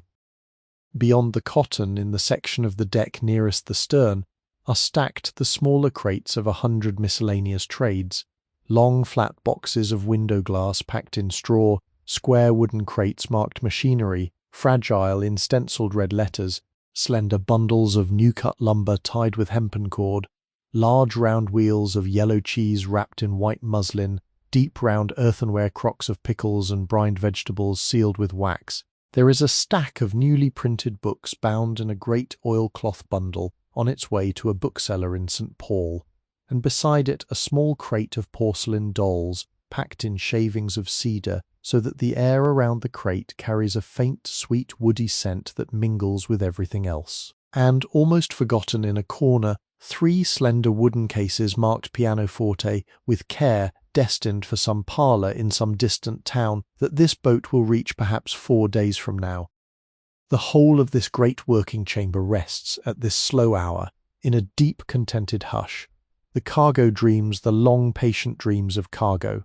The barrels rock infinitesimally with the rocking of the boat. The cotton bales, though they cannot move, seem to lean very slightly against one another in their patient stacks, like sleeping cattle resting against a barn wall. The lanterns sway, the shadows shift. From the great open spaces between the stacks comes the faint, cool, fresh smell of the river itself, drifting in across the railings and moving slowly through the chamber like a long invisible river within a river. In the quiet centre of this great cargoed heart of the boat, 2 members of the night watch sit upon a long low bench of unpainted pine, their backs against a stack of cotton bales, their soft conversation rising into the lantern light as a low warm murmur in which no individual word can be made out.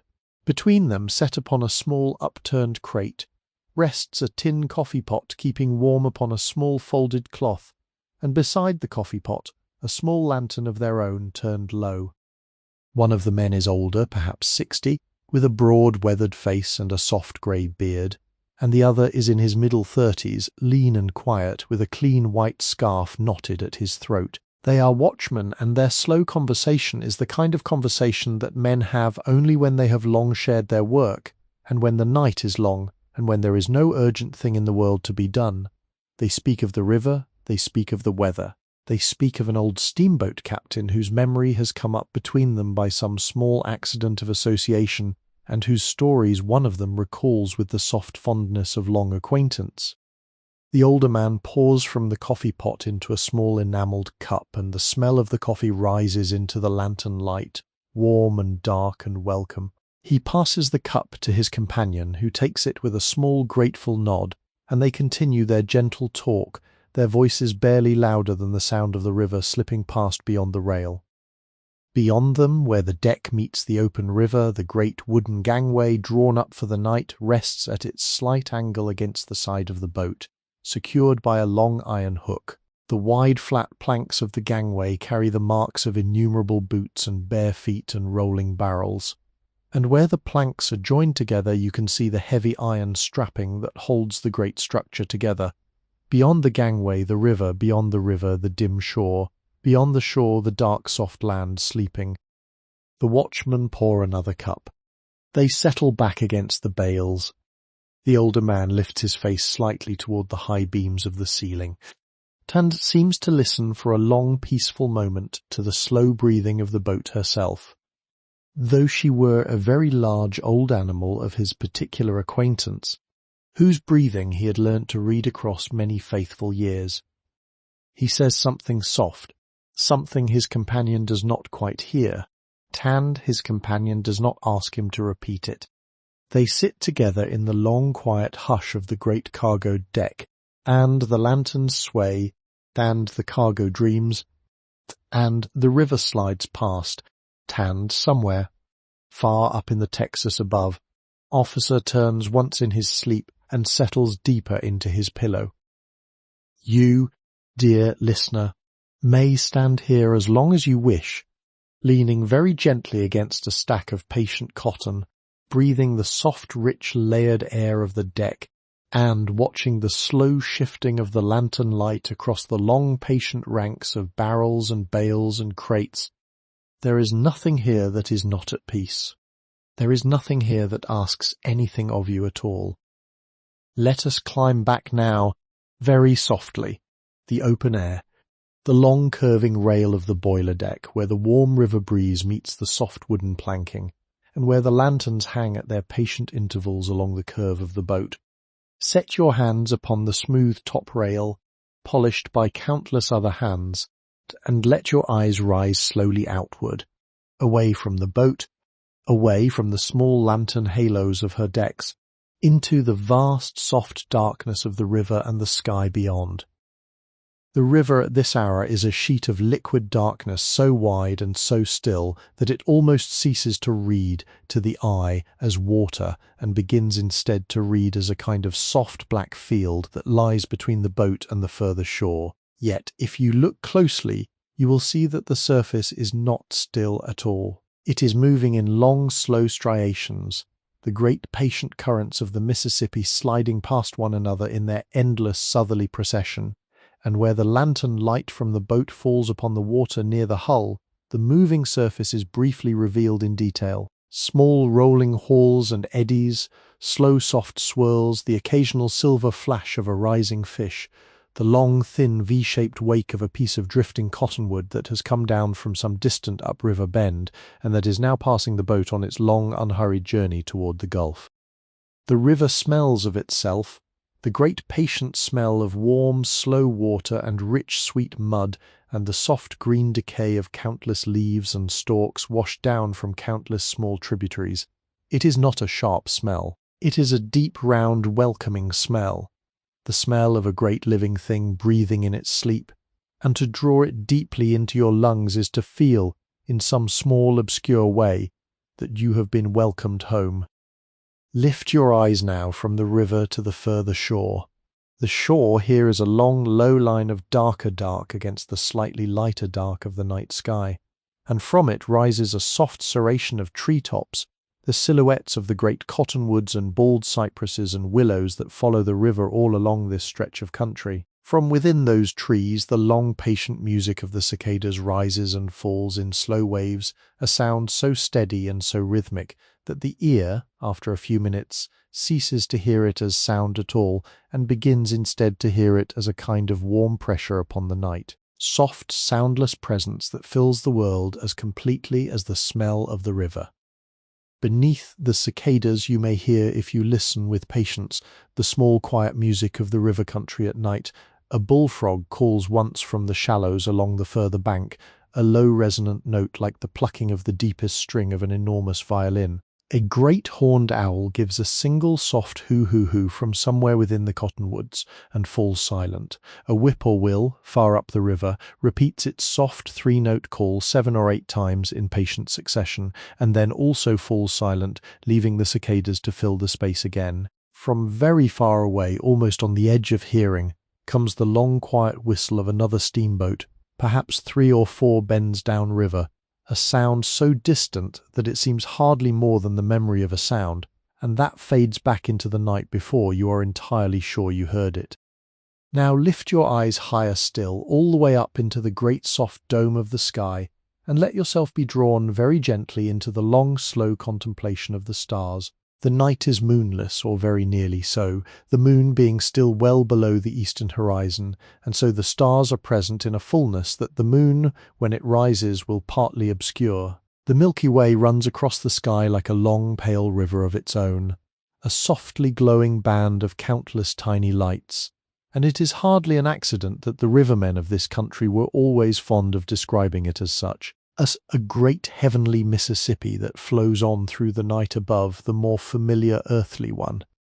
Look toward the southern sky, and you will see, low above the trees, the great curving shape of the constellation Scorpius, its long S-shaped tail of bright stars sweeping across a considerable stretch of sky, with the red glowing star Antares burning at its heart like a small distant ember. To the west, the bright triangle of Vega, Deneb, and Altair forms the great summer triangle, 3 of the brightest stars of the warm weather sky, each one slightly different in colour, Vega a clear blue-white, Deneb a softer warm white, Altair the white of a candle's brightest part. Almost overhead, The constellation Cygnus stretches its long swan's neck across the band of the Milky Way, its body of stars laid out like a long cross, its head pointed gently southward as if drinking from the river of stars.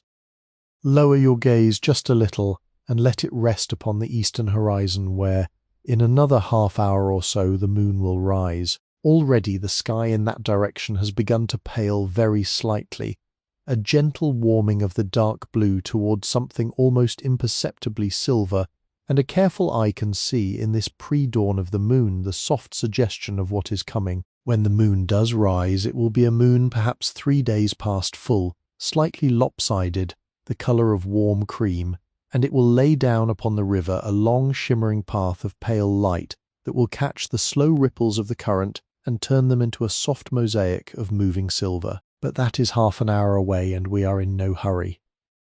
Lower, the river breeze blows gently against your face, warm and soft, and carrying with it all the layered scents we have already named: the river itself, the magnolia from the further shore, the faint cedar of the boat's old beams, the ghost of someone's pipe tobacco from somewhere down the deck, the sweet trace of honeysuckle that drifts in occasionally from a particular dense tangle of vine along the eastern bank. The breeze is so steady and so kind that it begins, after a few minutes, to feel almost like a presence rather than a movement of air, like the hand of an old patient friend laid gently against your cheek. The boat rocks, the river slides, the cicadas sing, the stars wheel slowly through the soft black dome above, exactly as they have done for 10,000 years, and as they will continue to do long after this boat, and her travellers and her river pilots and her quiet stewards have all become small fragments of forgotten history. There is a deep peace in this thought, dear listener, a peace that is not sad. The night is very large, the stars are very old, the river is very patient, and we, small for a moment within all of this, are perfectly safe and perfectly held. Stand at the rail a little longer. Set your hands upon the smooth wood and let your weight rest into them. Feel the slow rocking of the boat travelling upward through your wrists and into your shoulders, and into the soft hollow at the base of your skull. Let the cicadas fill the rest of the world. Let the stars hold the sky exactly where they hold it. Let the river do the work of moving on while you do the work of staying still. Far up the river, the distant whistle of that other boat sounds once again, even more faintly than before, like a voice in a dream you have already half forgotten. A small creature splashes in the shallows along the bank. A new lantern is lit in the pilot house far above. The night moves forward by the smallest possible degree, and we, dear listener, move with it, slowly, slowly into the deeper country of the long quiet hours that are still to come. Let us turn our gentle attention now, dear listener, to a quieter and more inward chamber of our story, and let us spend a long, peaceful while considering some of the small forgotten crafts and patient daily magics by which the people of the Belle of Natchez and her sister boats lived and worked upon the great river in those long ago years. These were not the great public arts of the boat, not the piloting, nor the engineering, nor the gracious public hospitality of the saloon. These were rather the private small skills, the quiet daily arts that are practiced now by very few people in the world, and that were once practiced as a matter of course by almost everyone who lived an unhurried life. They are arts of patience, mostly arts of close attention, arts of the hand and of the eye and of the slow, deliberate breath. Consider first of all the small, careful art of trimming a lamp wick. Every lantern aboard the boat, and there were very many of them, depended for its steady, kindly flame upon the regular, careful trimming of its cotton wick. If the wick was allowed to grow too long, the flame would smoke, and the chimney glass would blacken with soot, and the light would dim. If the wick was trimmed too short, the flame would gutter, and the lamp would flicker, and the light would be uneven. The art of finding the exact correct length of wick, neither too long nor too short, was the work of a patient steward who walked the boat each evening in the hour before sunset with a small pair of brass scissors in his pocket and a soft cotton cloth folded in his hand. He would lift each lamp gently from its hook, set it upon a small wooden trolley that he pushed before him, and unscrew its glass chimney with one slow practised motion. He would set the chimney upon the trolley, take up his small scissors, and trim the wick with a single careful clip, leaving exactly 1/8 of an inch above the burner. He would brush the trimmed end into a small tin saucer kept for that purpose, polish the glass chimney with his cotton cloth, screw it back into place, and set the lamp once more upon its hook, and then he would move with the same slow patient grace to the next lamp. The whole process for the entire boat took him perhaps 2 hours, and during those hours he hummed very softly to himself, and the boat behind him gave forth in his wake the long, steady, warm flames that would light her through the coming evening. Consider next the small, careful art of polishing brass. Aboard the boat there were countless small brass fittings, door handles, lamp brackets, the great brass railings along the staircase, the speaking tubes of the pilot house, the small brass plates upon the stateroom doors. Each of these, if left to itself, would gradually develop the soft greenish bloom of corrosion that brass acquires in the humid air of a great river. To prevent this, and to keep all of the brasswork bright, was the daily work of 1 or 2 of the younger stewards, who carried with them small tin cans of pink polish and soft white cloths, and who moved through the corridors and along the railings of the boat in long, slow, patient circuits. The polish itself had a particular smell, a sharp, clean scent with a faint perfume of rose at its edge, and this scent was so closely associated in the minds of the boat's regular travellers with the early hours of the morning that they came to feel, whenever they smelled it, that the day had only just begun and all things were still possible. The young steward would dip the corner of his cloth into the polish, rub it gently against the brass, and watch as the dull metal beneath came up by slow degrees into a deep mirror finish. He would then take a clean dry portion of the cloth and buff the brass to its final brightness, and the work was done. Each piece took perhaps half a minute, the whole boat took the better part of a morning, and at the end every brass surface aboard her gleamed with the soft warm gold of small captured suns. Consider also the small careful art of folding linen. Aboard a great steamboat in those days, hundreds and hundreds of pieces of linen passed through the laundry every voyage. Sheets, pillowcases, towels, napkins, tablecloths, aprons, handkerchiefs, dustcloths.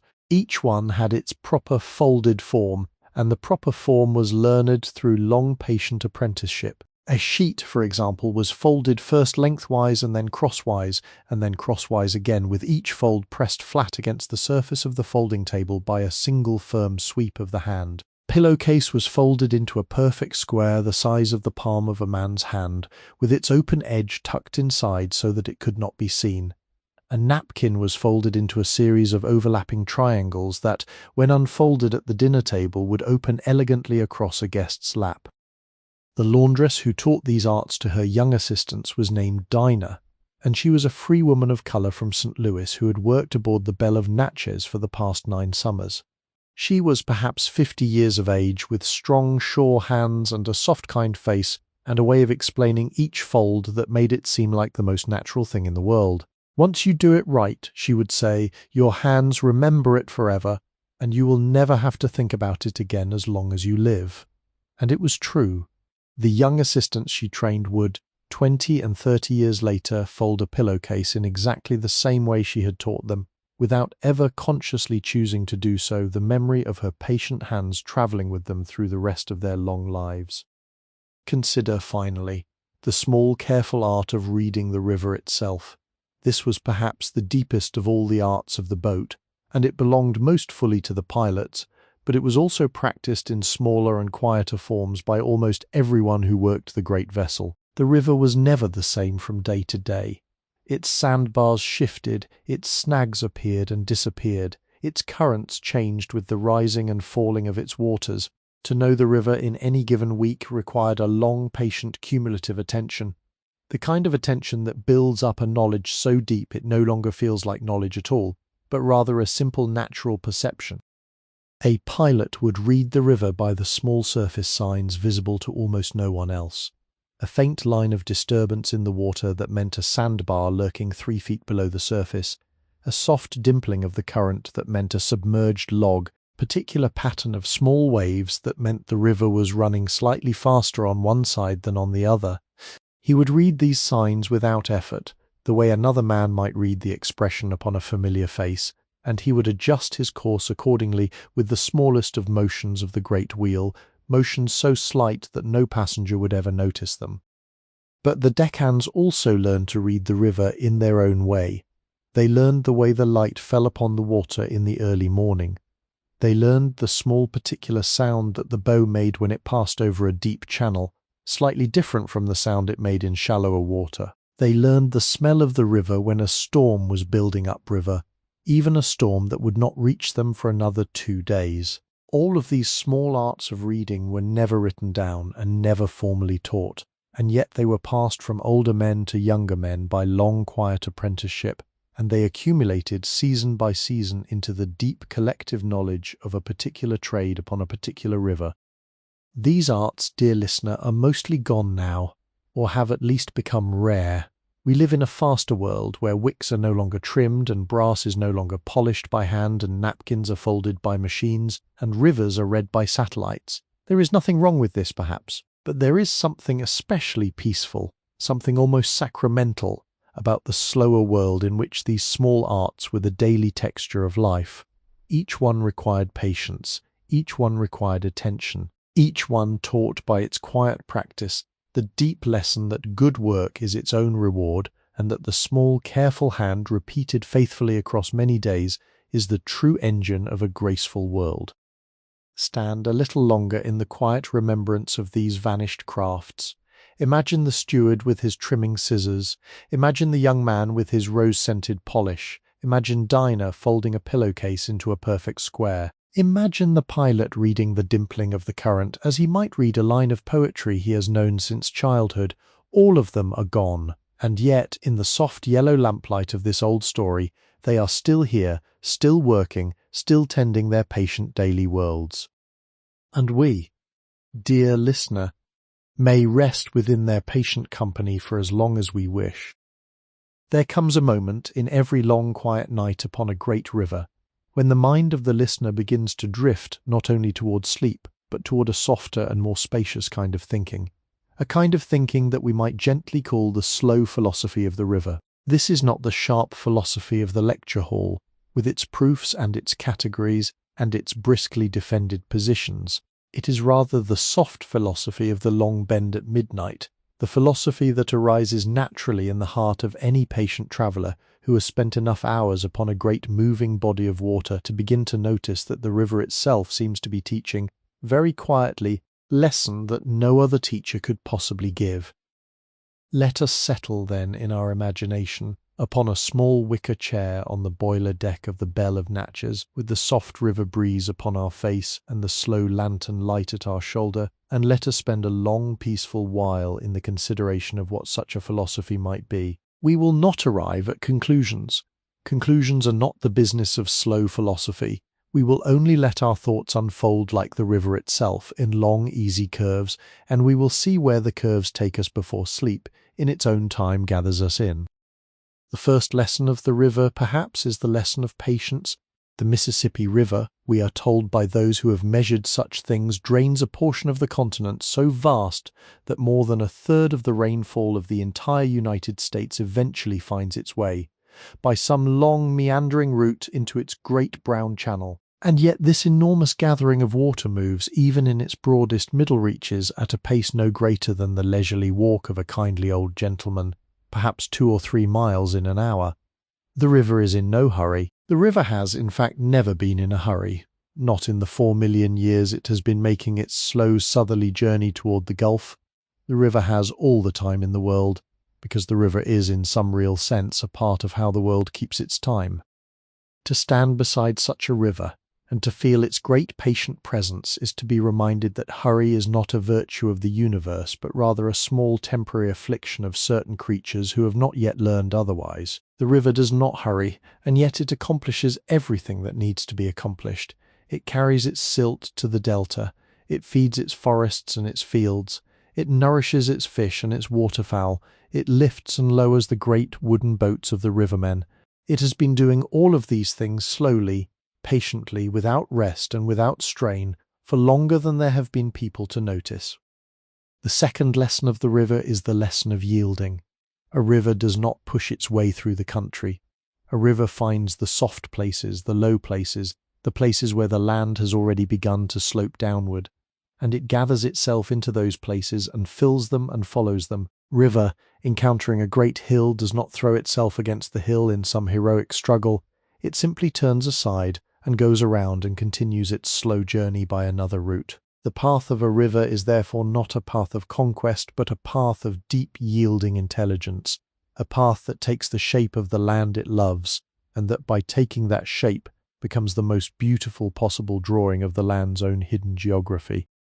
There is a deep peace, dear listener, in considering this slow, patient yielding of the river. It suggests very gently that the path of a human life might also be such a path, that the task is not perhaps to drive ourselves through every obstacle by force, but rather to find the soft, low places of our own lives and to follow them faithfully toward whatever sea is patiently awaiting us. The river does not know its destination, and yet it arrives. The river does not push, and yet it moves. The river does not struggle, and yet it accomplishes the work of an entire continent. The third lesson of the river is the lesson of impermanence. The Mississippi as it appears tonight, rolling slowly past the Belle of Natchez, is not the Mississippi of yesterday and will not be the Mississippi of tomorrow.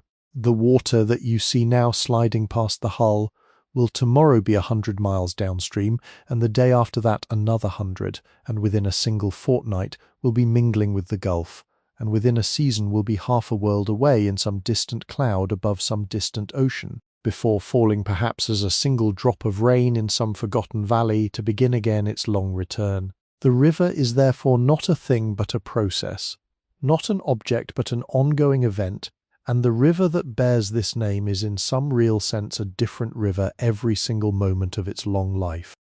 This is true also, dear listener, of every other thing that we tend to think of as a thing. The boat upon the river is slowly a different boat with each passing year. Her boards are replaced one by one in long patient cycles of repair, and within 20 years there will not be a single original board left in her hull, and yet she will still be the same boat. We ourselves are like this. The cells of our bodies replace themselves in long quiet cycles, and within a few short years no atom of our physical selves will be the atom that constitutes us today. We are processes like the river. We are events like the boat. We are happenings slow and continuous, and the names by which we know ourselves are simply convenient labels for these slow happenings. There is no sadness in this. When we let ourselves consider it gently, there is rather a deep peace. We do not have to be solid forever to be real. We do not have to fix ourselves into permanence to be loved. Like the river we may flow.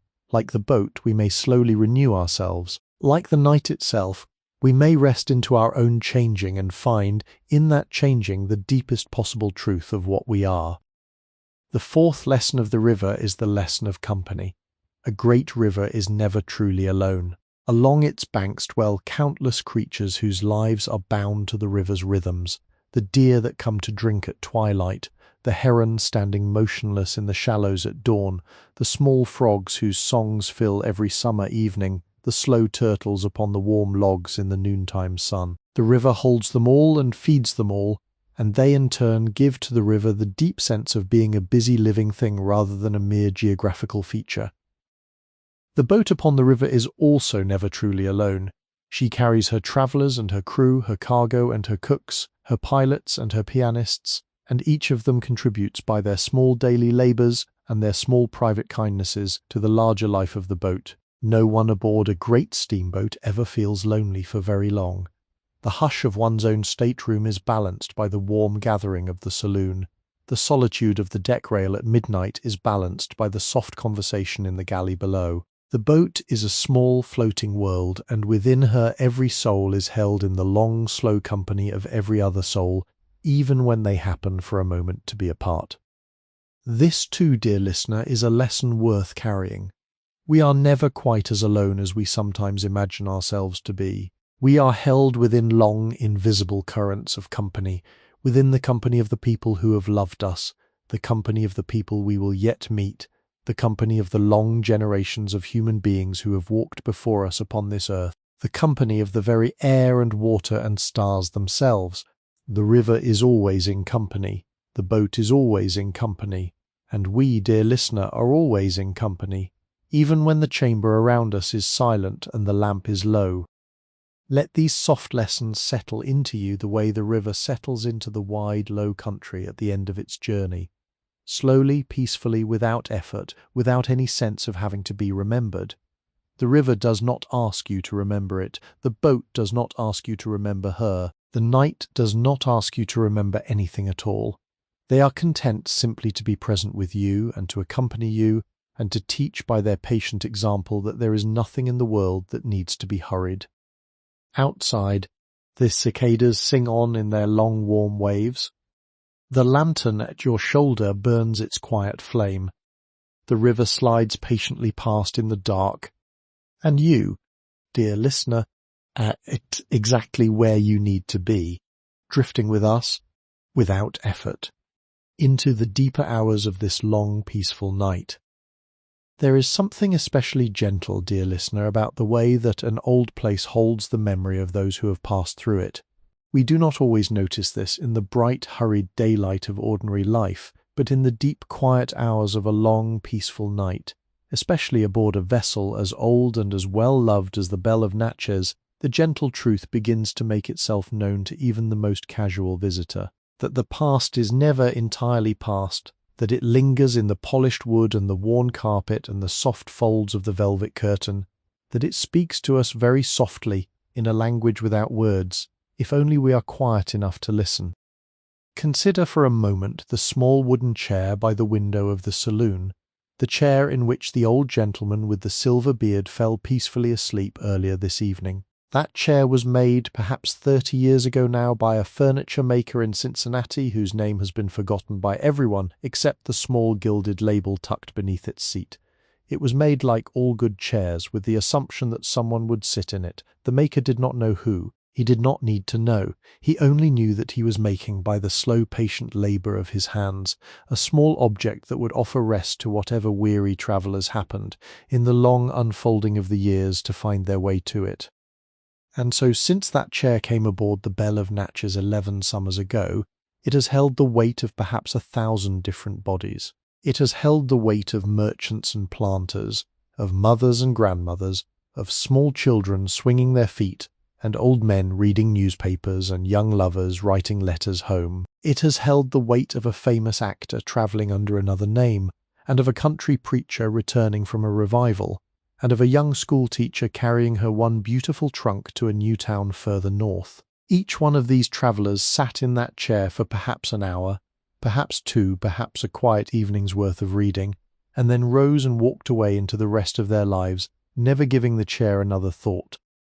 And yet the chair remembers them, not, of course, in the way that a person remembers, with names and faces and stories, but in the way that a chair remembers, with the soft, slow shaping of its cushion to 1,000 different forms, with the gentle wearing of its arms in the places where elbows most often rest, with the faint, sweet ghost of 1,000 different perfumes and pipe smokes, and lamp-lit hours absorbed into the very fibres of its velvet. To sit in that chair tonight is to be received very kindly by all of them, by every traveller who has sat there before you, by every quiet hour they spent there, by every dream they dreamed in its soft embrace. This is one of the small inheritances of the past, dear listener. We do not often speak of it, and we have very few words to describe it, but it is real, and it is everywhere, and it is one of the deep, gentle reasons that an old place feels so different from a new one. New place is honest about itself. It is what it is, no more and no less. But an old place is generous. An old place gives us not only its present quiet, but the gathered presence of all the other quiets that have come before. To rest in an old place is therefore not merely to rest. It is to be welcomed by a long invisible community of the past, to be folded gently into a long warm hospitality that has been preparing itself for us, in some real sense, for many decades. Consider, in this same gentle spirit, the worn place upon the brass handrail of the great staircase that descends from the Texas to the boiler deck. The brass at that place has been worn down to a smoothness almost like silk, polished by the passing of innumerable hands across the years of the boat's life. If you set your own hand there now, you will feel that smoothness immediately, the way you might feel the warmth of a hand that has only just been lifted away. And in some real sense, that is exactly what you're feeling, the warmth of all the hands that have rested there before yours, accumulated over years into a single soft polished invitation to your own touch. The brass is welcoming you in the language of every previous traveller. It is telling you very gently that you belong here, that you are part of a long lineage of guests, that the boat has been quietly preparing this place for you across the patient years of her life. Consider also the small dent in the corner of the long preparation table in the galley below. It is a small dent, hardly larger than a thumbprint, and no one alive aboard the boat tonight remembers exactly how it came to be there. Perhaps a heavy iron pot was set down upon that corner with a little more force than was wise. Perhaps a young apprentice cook, in a moment of nervous haste, struck the corner with the back of his ladle. Perhaps a great roast of beef rolled off the table at the wrong angle, the cause is forgotten. But the dent remains a small physical record of some forgotten moment, and it has now become so much a part of the table that every cook who works there knows it and rests his hand upon it without thinking, the way you might rest your hand upon the familiar shoulder of an old friend. These small unremembered marks are everywhere upon the boat, if we only know how to see them. There is a small ink stain upon the carpet of stateroom number 16, where Mrs. Whitfield 3 voyages ago knocked over a small glass inkwell while writing a letter to her sister. There is a faint scratch upon the surface of the great mirror in the saloon, where a young man, attempting to fix his necktie before a particular dance 4 summers ago, accidentally tapped its surface with the corner of his ring. There is a small hairline crack in the porcelain of one particular teacup in the silver room, made by a careful steward who was distracted, for 1/2 of 1 second, by the sound of his daughter's name being called out by a passenger he had not realized was a friend of his family. Each of these small marks is a tiny letter from the past, written in the universal language of accident and time. None of them was intentional, none of them was meant to last, and yet here they are still after months and years, faithfully preserving small unrepeatable moments that would otherwise have vanished entirely from the world. The boat is, in this sense, a kind of vast unwritten diary recording in her physical body the long, faithful textures of every hour she has lived. There is something deeply restful, dear listener, in the contemplation of this kind of remembering. It tells us that nothing we do in our lives is truly lost. The hand that polished the brass railing 15 summers ago is gone now, perhaps, but the smoothness it created is here, ready to receive your hand tonight. The careful cook who first set the dent into the corner of the preparation table may himself be long retired from his trade, perhaps even gone into the longer rest of all old cooks, but his dent is here, faithfully holding its place, faithfully reminding the current cook of his quiet predecessors. We are remembered, all of us, in countless small physical ways, in the worn places we leave behind, in the small accidental marks of our passage, in the slow, patient shaping of every familiar thing we have ever loved. To rest aboard such a boat, in such an hour, is therefore to rest within an enormous and very gentle act of memory. It is the boat herself who remembers. It is the chairs and the carpets and the brass railings and the great preparation table who remember. The boat remembers her travellers in the way that a kindly old grandmother remembers her grandchildren, fondly, partially, without much in the way of names, but with deep, continuous love. And tonight, dear listener, you are one of those grandchildren. The boat is preparing herself very softly to hold you also in her long memory. The cushion of your chair is shaping itself gently to your weight. The carpet beneath your feet is recording, in some imperceptible way, the small particular print of your souls. You are being received and you are being remembered even now, even as you breathe slowly toward the deeper country of sleep. There is nothing you must do to be remembered in this way. There is nothing you must say. The boat will do the remembering. The boat has always done the remembering. And when, in time, you rise from this slow drifting and return to the daylight of your own life, the boat will continue to remember you, faithfully, silently, in her wood and her brass and her quiet velvet, for as long as she herself continues to live upon the long patient river of the world.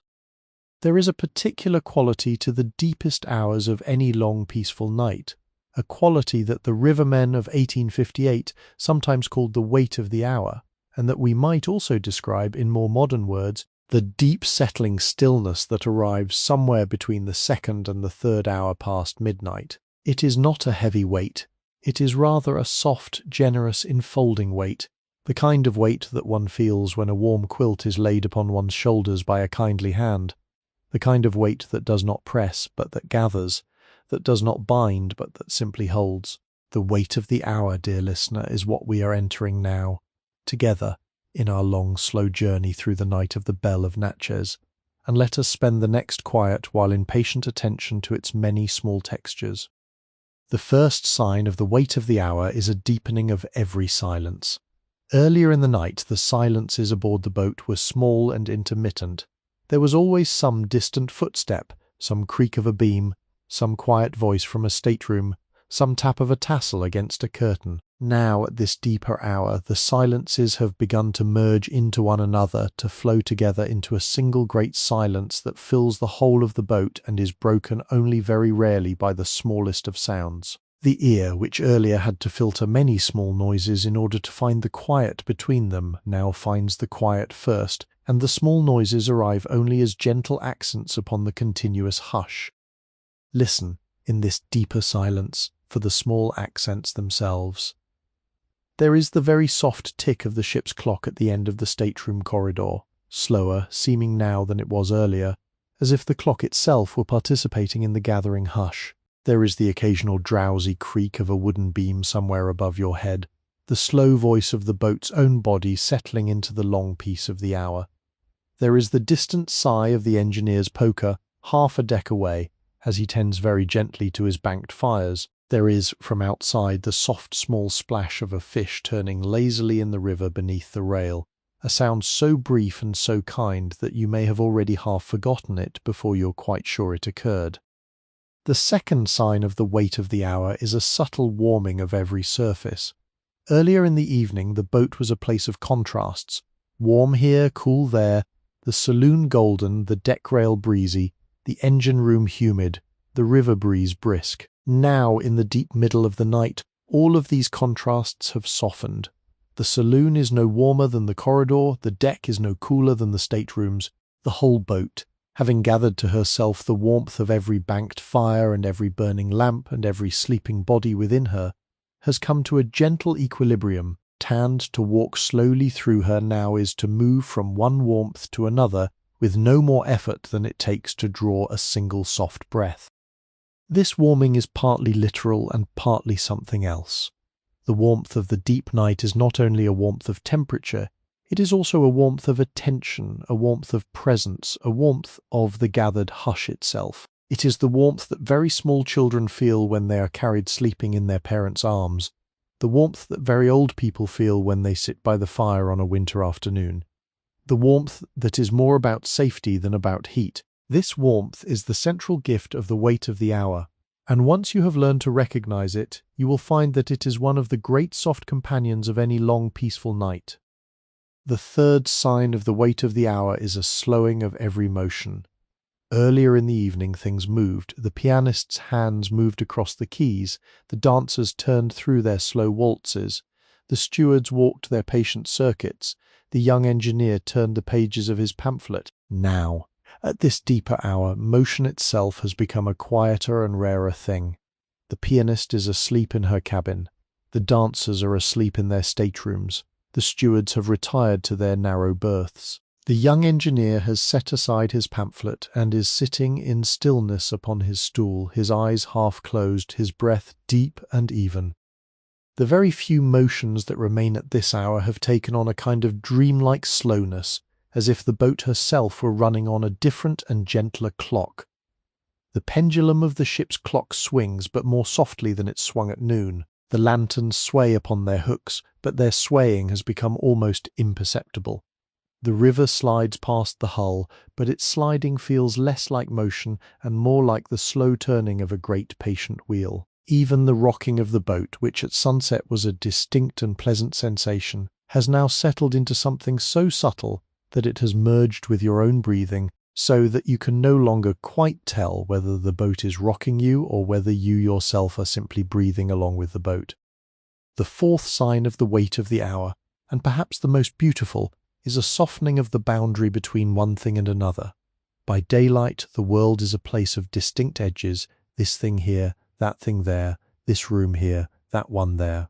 But at this deepest hour of the night, the edges have become gentle, blurred, half-imagined. The mirror in the saloon does not have a clear edge any longer. It bleeds quietly into the wall around it. The lamp upon the small walnut table does not stand sharply against its surroundings. Its halo of golden light dissolves into the dim ambient warmth of the chamber. The window of the stateroom does not divide the inside from the outside. The warm river air drifts in across its sill, and the stateroom's own quiet drifts gently outward, and the two warmths mingle in the small breathing space between. Even your own body, dear listener, has begun by now to participate in this softening. The clear edge between yourself and the bed beneath you is no longer quite so clear.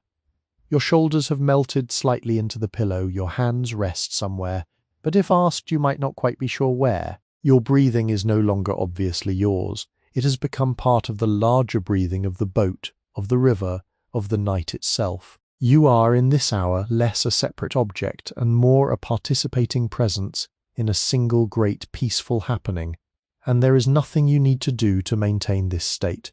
It maintains itself gently for as long as you allow it to.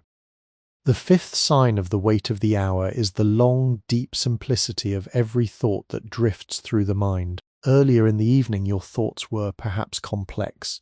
There were memories from the day, plans for the morrow, small concerns and small pleasures, half-finished sentences you had meant to say to one person or another. Now, at this deeper hour, those thoughts have drifted away of their own accord, and the thoughts that remain are simpler, slower, more elemental. The lantern is warm, the breeze is kind, the boat is safe, the river is patient, I am held. These thoughts arrive without effort. They do not demand response. They do not lead anywhere in particular. They simply present themselves briefly, like the small ripples upon the surface of a slow stream, and then they pass and others come to take their place, and the mind floats easily above the whole gentle procession of them.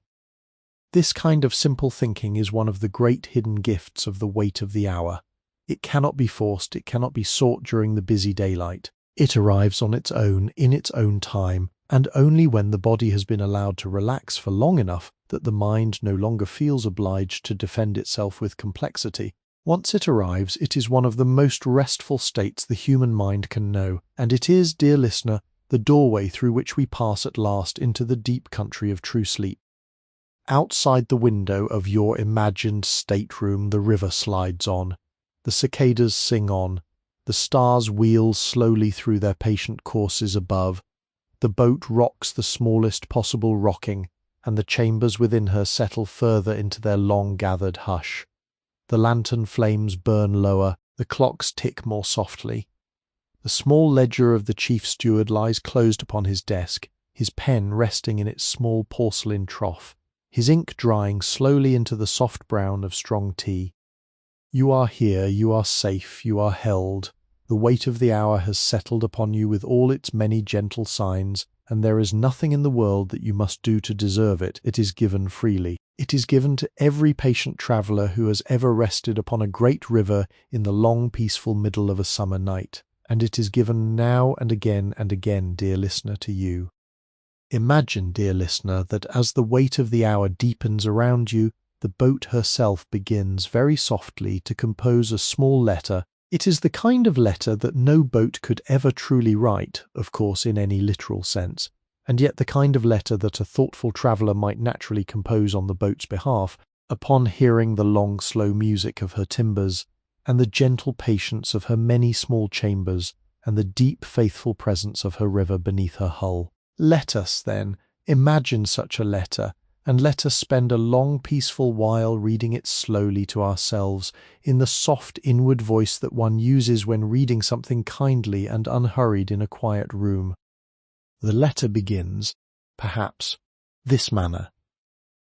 Dear traveller, whoever you are and from whatever distant place you have come, I greet you tonight from the gathered hush of my long quiet decks. I am the boat, I am the great wooden vessel upon whose patient body you have come to rest, and I write to you not in words, of course, for I have no words, but in the language of the slow rocking of my hull and the soft creak of my beams and the warm yellow light of my lanterns, which together form a kind of letter that any patient heart can read. I want, first of all, to thank you for coming aboard.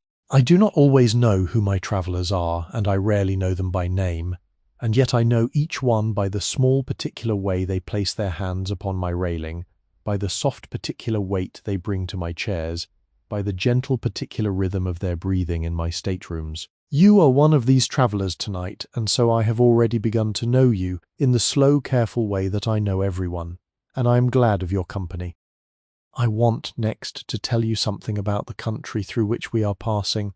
The river upon which I rest is older than any human memory, and it has been carrying boats like me upon its broad brown back for a very long time. Before the great paddle-wheel boats came, there were the smaller flat boats and the keel boats and the slender canoes of the river peoples, and before those there were no boats at all, only the river itself, sliding patiently through the empty country, season after season, century after century, doing its long quiet work without any audience. The river was not lonely in those years. The river, I think, is never lonely, because the river is its own deep company, and it has always known how to be entirely at peace with itself, in a way that I and you and all of us who travel upon it can only slowly and partially learn. Tonight, the river is in one of its kindest moods. The water is warm, the current is gentle, the sandbars are well marked, and the snags are few. We are moored in a wide, quiet bend, where the river turns slowly to the south, and where the further bank is lined with the great patient shapes of cottonwoods and bald cypresses, their branches softly draped with moss. From within those trees 1,000 small creatures sing their familiar songs, and the songs blend into a single great warm sound that surrounds us, and that has accompanied my long quiet life for many summers. I have come to think of that sound as the voice of the country itself, speaking in its own gentle dialect, saying, very simply, rest, rest, rest. I want also to tell you about my own small body, because it is upon that body that you are now resting.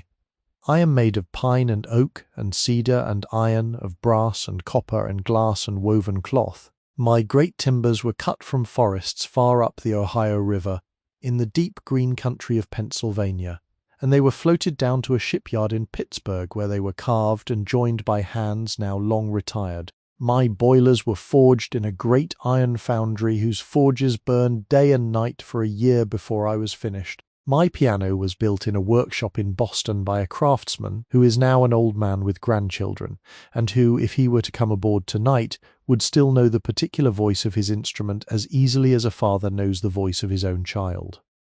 Each of these small parts of me has its own history.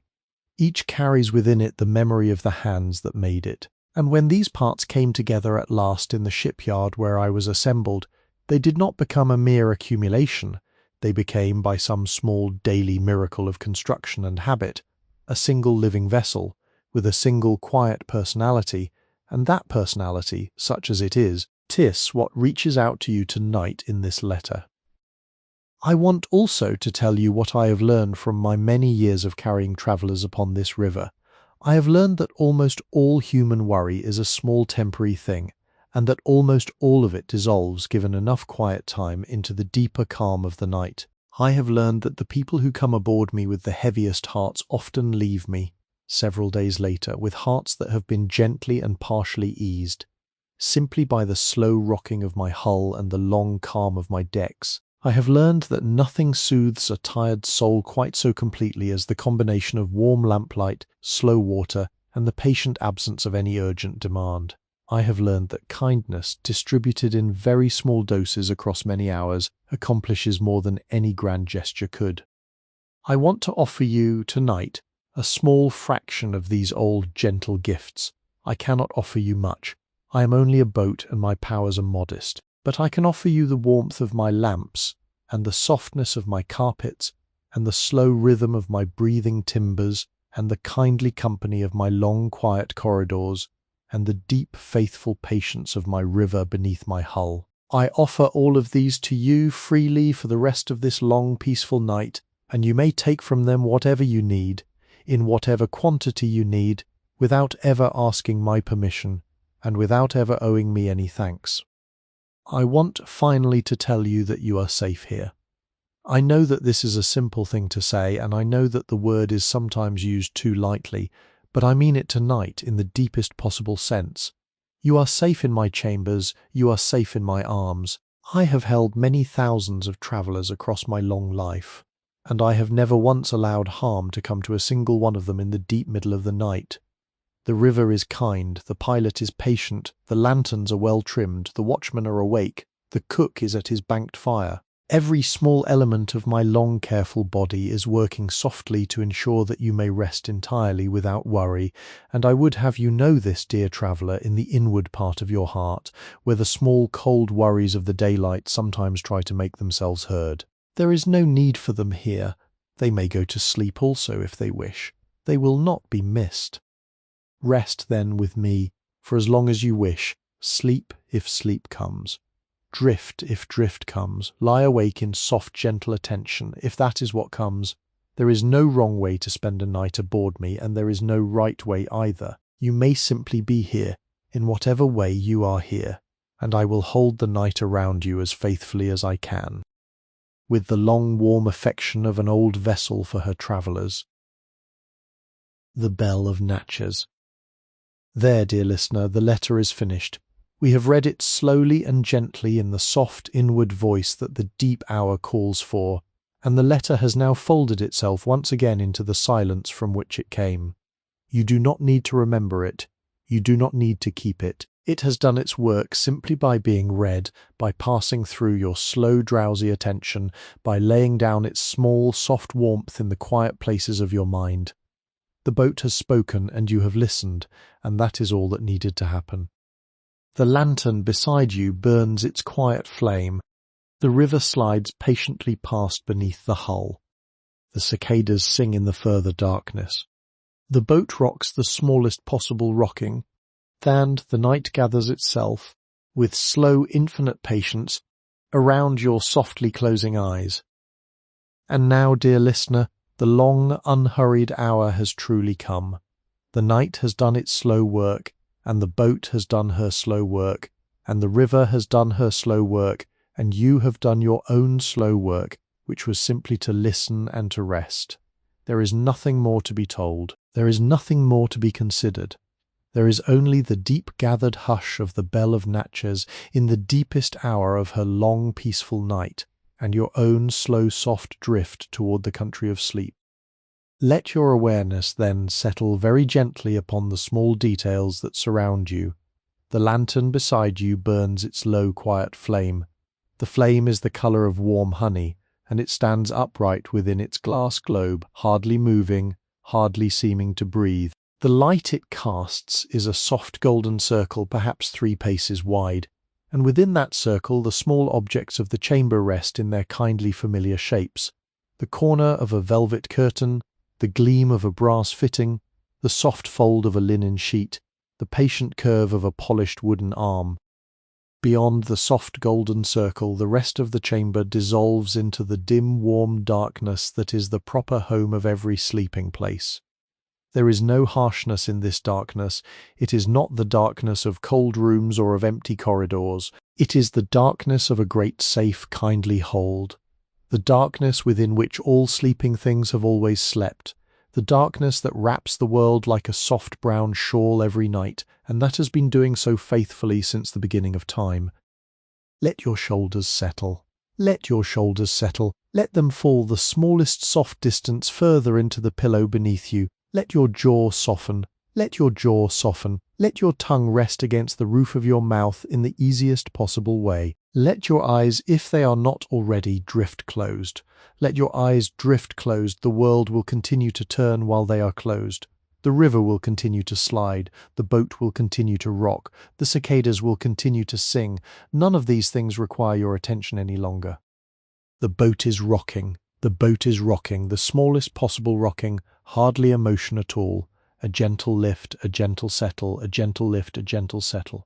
The rocking is the rocking of a great, patient, kindly thing that has rocked many thousands of sleeping travellers across many thousands of long, peaceful nights. The rocking is older than any of the people who feel it tonight. The The rocking is older even than the boat herself in some way, because it is the rocking of the river, and the river is older than any boat that has ever floated upon it. The river is sliding. The river is sliding. The water moves past the hull in a long, soft, continuous whisper, a sound so steady that it has long since ceased to be a sound, and has become instead a kind of presence, a soft, cool companion to the warm, gathered hush of the boat. The river is patient. The river is patient. The river has always been patient. The river will always be patient. The river was patient before you arrived, and the river will be patient long after you are gone. And the river is patient now, exactly now, sliding past the hull in its long, faithful southerly journey, carrying you within itself without ever asking anything of you at all. The cicadas are singing. The cicadas are singing. From the further bank, the long, slow waves of their music rise and fall in a rhythm so steady that it begins to merge, after a while, with the rhythm of your own slow breathing. You breathe in, and the cicadas swell. You breathe out, and the cicadas fall. The breathing of the world and the breathing of your own quiet body have come into some small, soft accord, and there is nothing in this accord that needs to be maintained, because it is maintaining itself. The lantern is warm, the lantern is warm. Its soft golden light reaches your closed eyelids as a gentle warmth rather than a brightness, a small tender suggestion of light that does not disturb your deepening rest. The lantern has been burning for many hours now, and it will burn for many hours yet. Its flame is steady, its flame is patient. Its flame is the small faithful light by which all sleeping places are kept gently company through the long quiet night.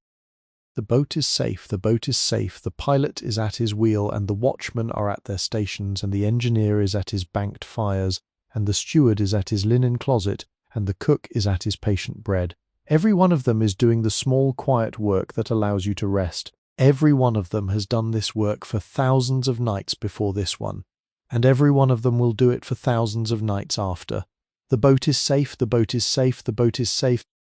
You are held, you are held, you are held in the soft warm circle of the lantern's light, and within the gentle rocking of the boat, and within the long slow patience of the river, and within the wide warm darkness of the night, and within the great quiet circle of the stars overhead. You are held by all of these things together, gently, completely, without effort, without conditions, without any need on your part to do anything at all to deserve it.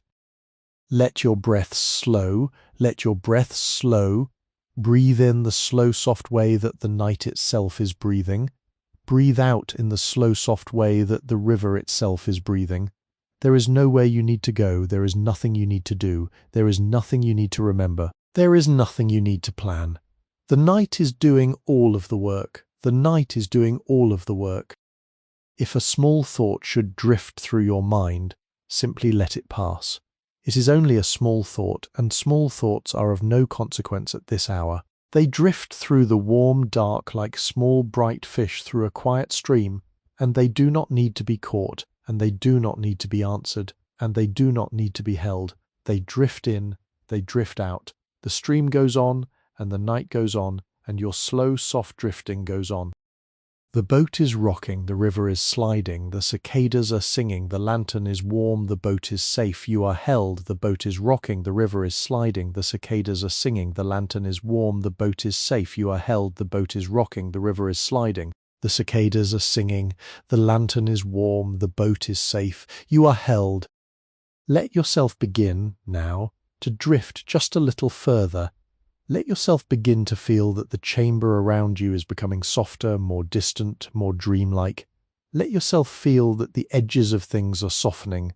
Let yourself feel that your own outline is softening. Let yourself feel that the boat is softening. Let yourself feel that the river is softening. Let yourself feel that the river is softening. Let yourself feel that the night itself is softening and that you are softening with it, and that this softening is the easiest and most natural thing in all the world. You may already be very near to sleep. You may already have crossed in some quiet way the soft, borderless border between waking and dreaming, or you may still be awake in the gentle, floating way that a sleepy traveller is sometimes awake in the deep middle of a long, peaceful night. Either way is fine. Either way is exactly right.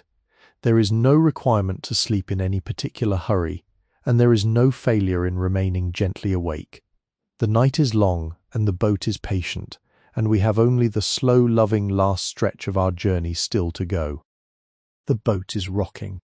The river is sliding. The cicadas are singing. The lantern is warm.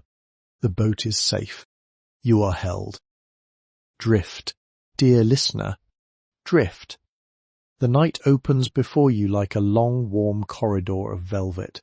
Then there is nothing within it that wishes you anything but rest. The night has now drawn very near to its softest centre, and we have come, dear listener, to the last small stretch of our long, peaceful journey together. There is no work remaining for you to do. There is no last detail you must absorb. There is no final image you must hold. There is only the slow, loving fade of every gentle thing into every gentler thing, and the slow, loving fade of you also into the velvet dark of true sleep. Let your awareness rest one last time upon the soft golden light of the lantern beside you. The flame burns quietly, the flame burns quietly. The light it casts has grown softer, more amber, more like the light that one remembers from a very early childhood evening rather than the light one sees with one's living eyes. The lantern is fading. Not in any literal way, of course, but in the way that all gentle things fade as the sleeper drifts away from them. The lantern is becoming a soft, warm idea of a lantern. The lantern is becoming a soft, warm memory of a lantern. The lantern is becoming the soft, warm dream of a lantern. And the dream of a lantern is just as kind as the lantern itself, and just as steady, and just as full of patient light. Let your awareness rest one last time upon the small, slow rocking of the boat. The boat is rocking. The boat is rocking. The smallest possible rocking, the kind of rocking that mothers have always known how to make for their sleeping children, the kind of rocking that the world itself sometimes makes for the people who travel patiently across it. The rocking is becoming softer. The rocking is becoming softer. The rocking is becoming a soft inward rocking that exists less in the body and more in the deep quiet rooms of the heart. The rocking is becoming the dream of rocking, and the dream of rocking is just as soothing as the rocking itself, and just as faithful, and just as full of long, warm care. Let your awareness rest one last time upon the slow, steady sliding of the river. The river is sliding. The river is sliding. The river slides past the hull in its long, faithful southerly journey, carrying us within itself, carrying us within itself. The sliding is becoming softer. The sliding is becoming softer. The sliding is becoming the dream of sliding, the warm inward sense of being carried slowly and patiently through a long, warm darkness, the warm inward sense of being held within a great moving kindness that asks nothing of us. The dream of sliding is just as gentle as the sliding itself, and just as patient, and just as full of long, quiet love. Let your awareness rest one last time upon the long, slow song of the cicadas. The cicadas are singing, the cicadas are singing. From the further bank their warm music rises and falls in waves that are now becoming, in your fading attention, almost indistinguishable from the slow rise and fall of your own breathing. The singing is becoming softer. The singing is becoming softer. The singing is becoming the dream of singing. A long, warm sense of music in the night that asks nothing of you. A long, warm sense of company in the dark that requires no answer. The dream of singing is just as kind as the singing itself, and just as steady and just as full of warm, small life. Let your awareness rest one last time upon the deep, faithful safety of the boat herself. The boat is safe. The boat is safe. The pilot is at his wheel. The watchmen are at their stations. The engineer is at his banked fires. The steward is at his linen closet. The cook is at his patient bread. Every one of them is doing the small, quiet work that allows you to rest. The safety of the boat is becoming softer. The safety of the boat is becoming softer. The safety of the boat is becoming the dream of safety, a long, warm sense of being entirely held, a long, warm sense of being entirely guarded, a long, warm sense of having nothing in the world to fear. The dream of safety is just as complete as the safety itself, and just as faithful, and just as full of long, warm protection. Let your awareness rest one last time upon yourself.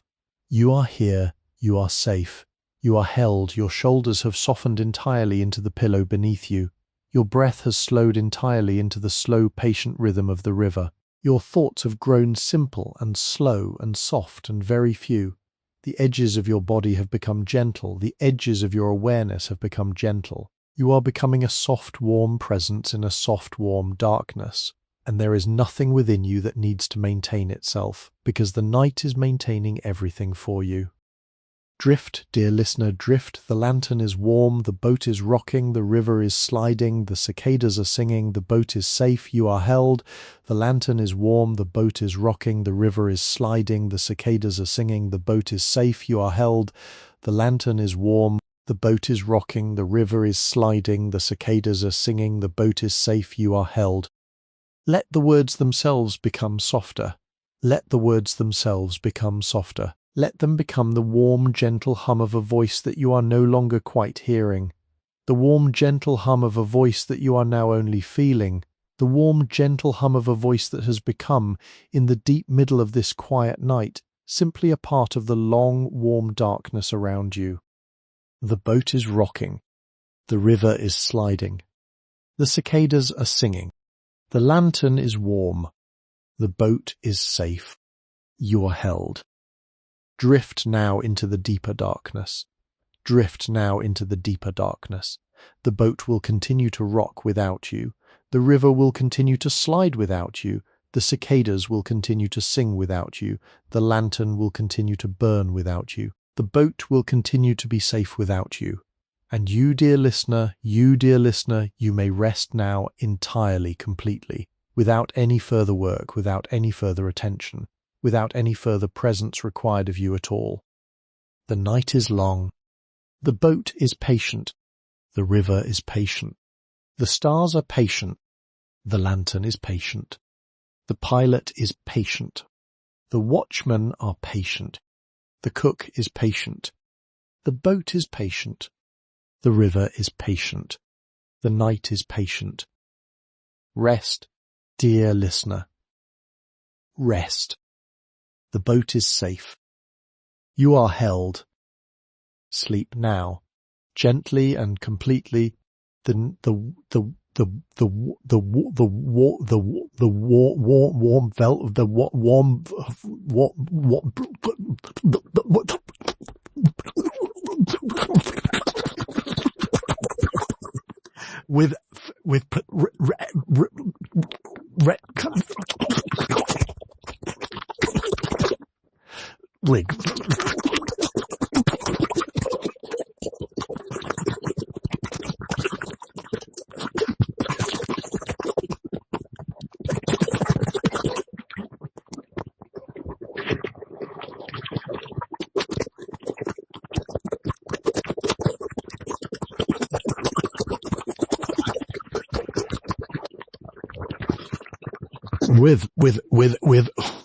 with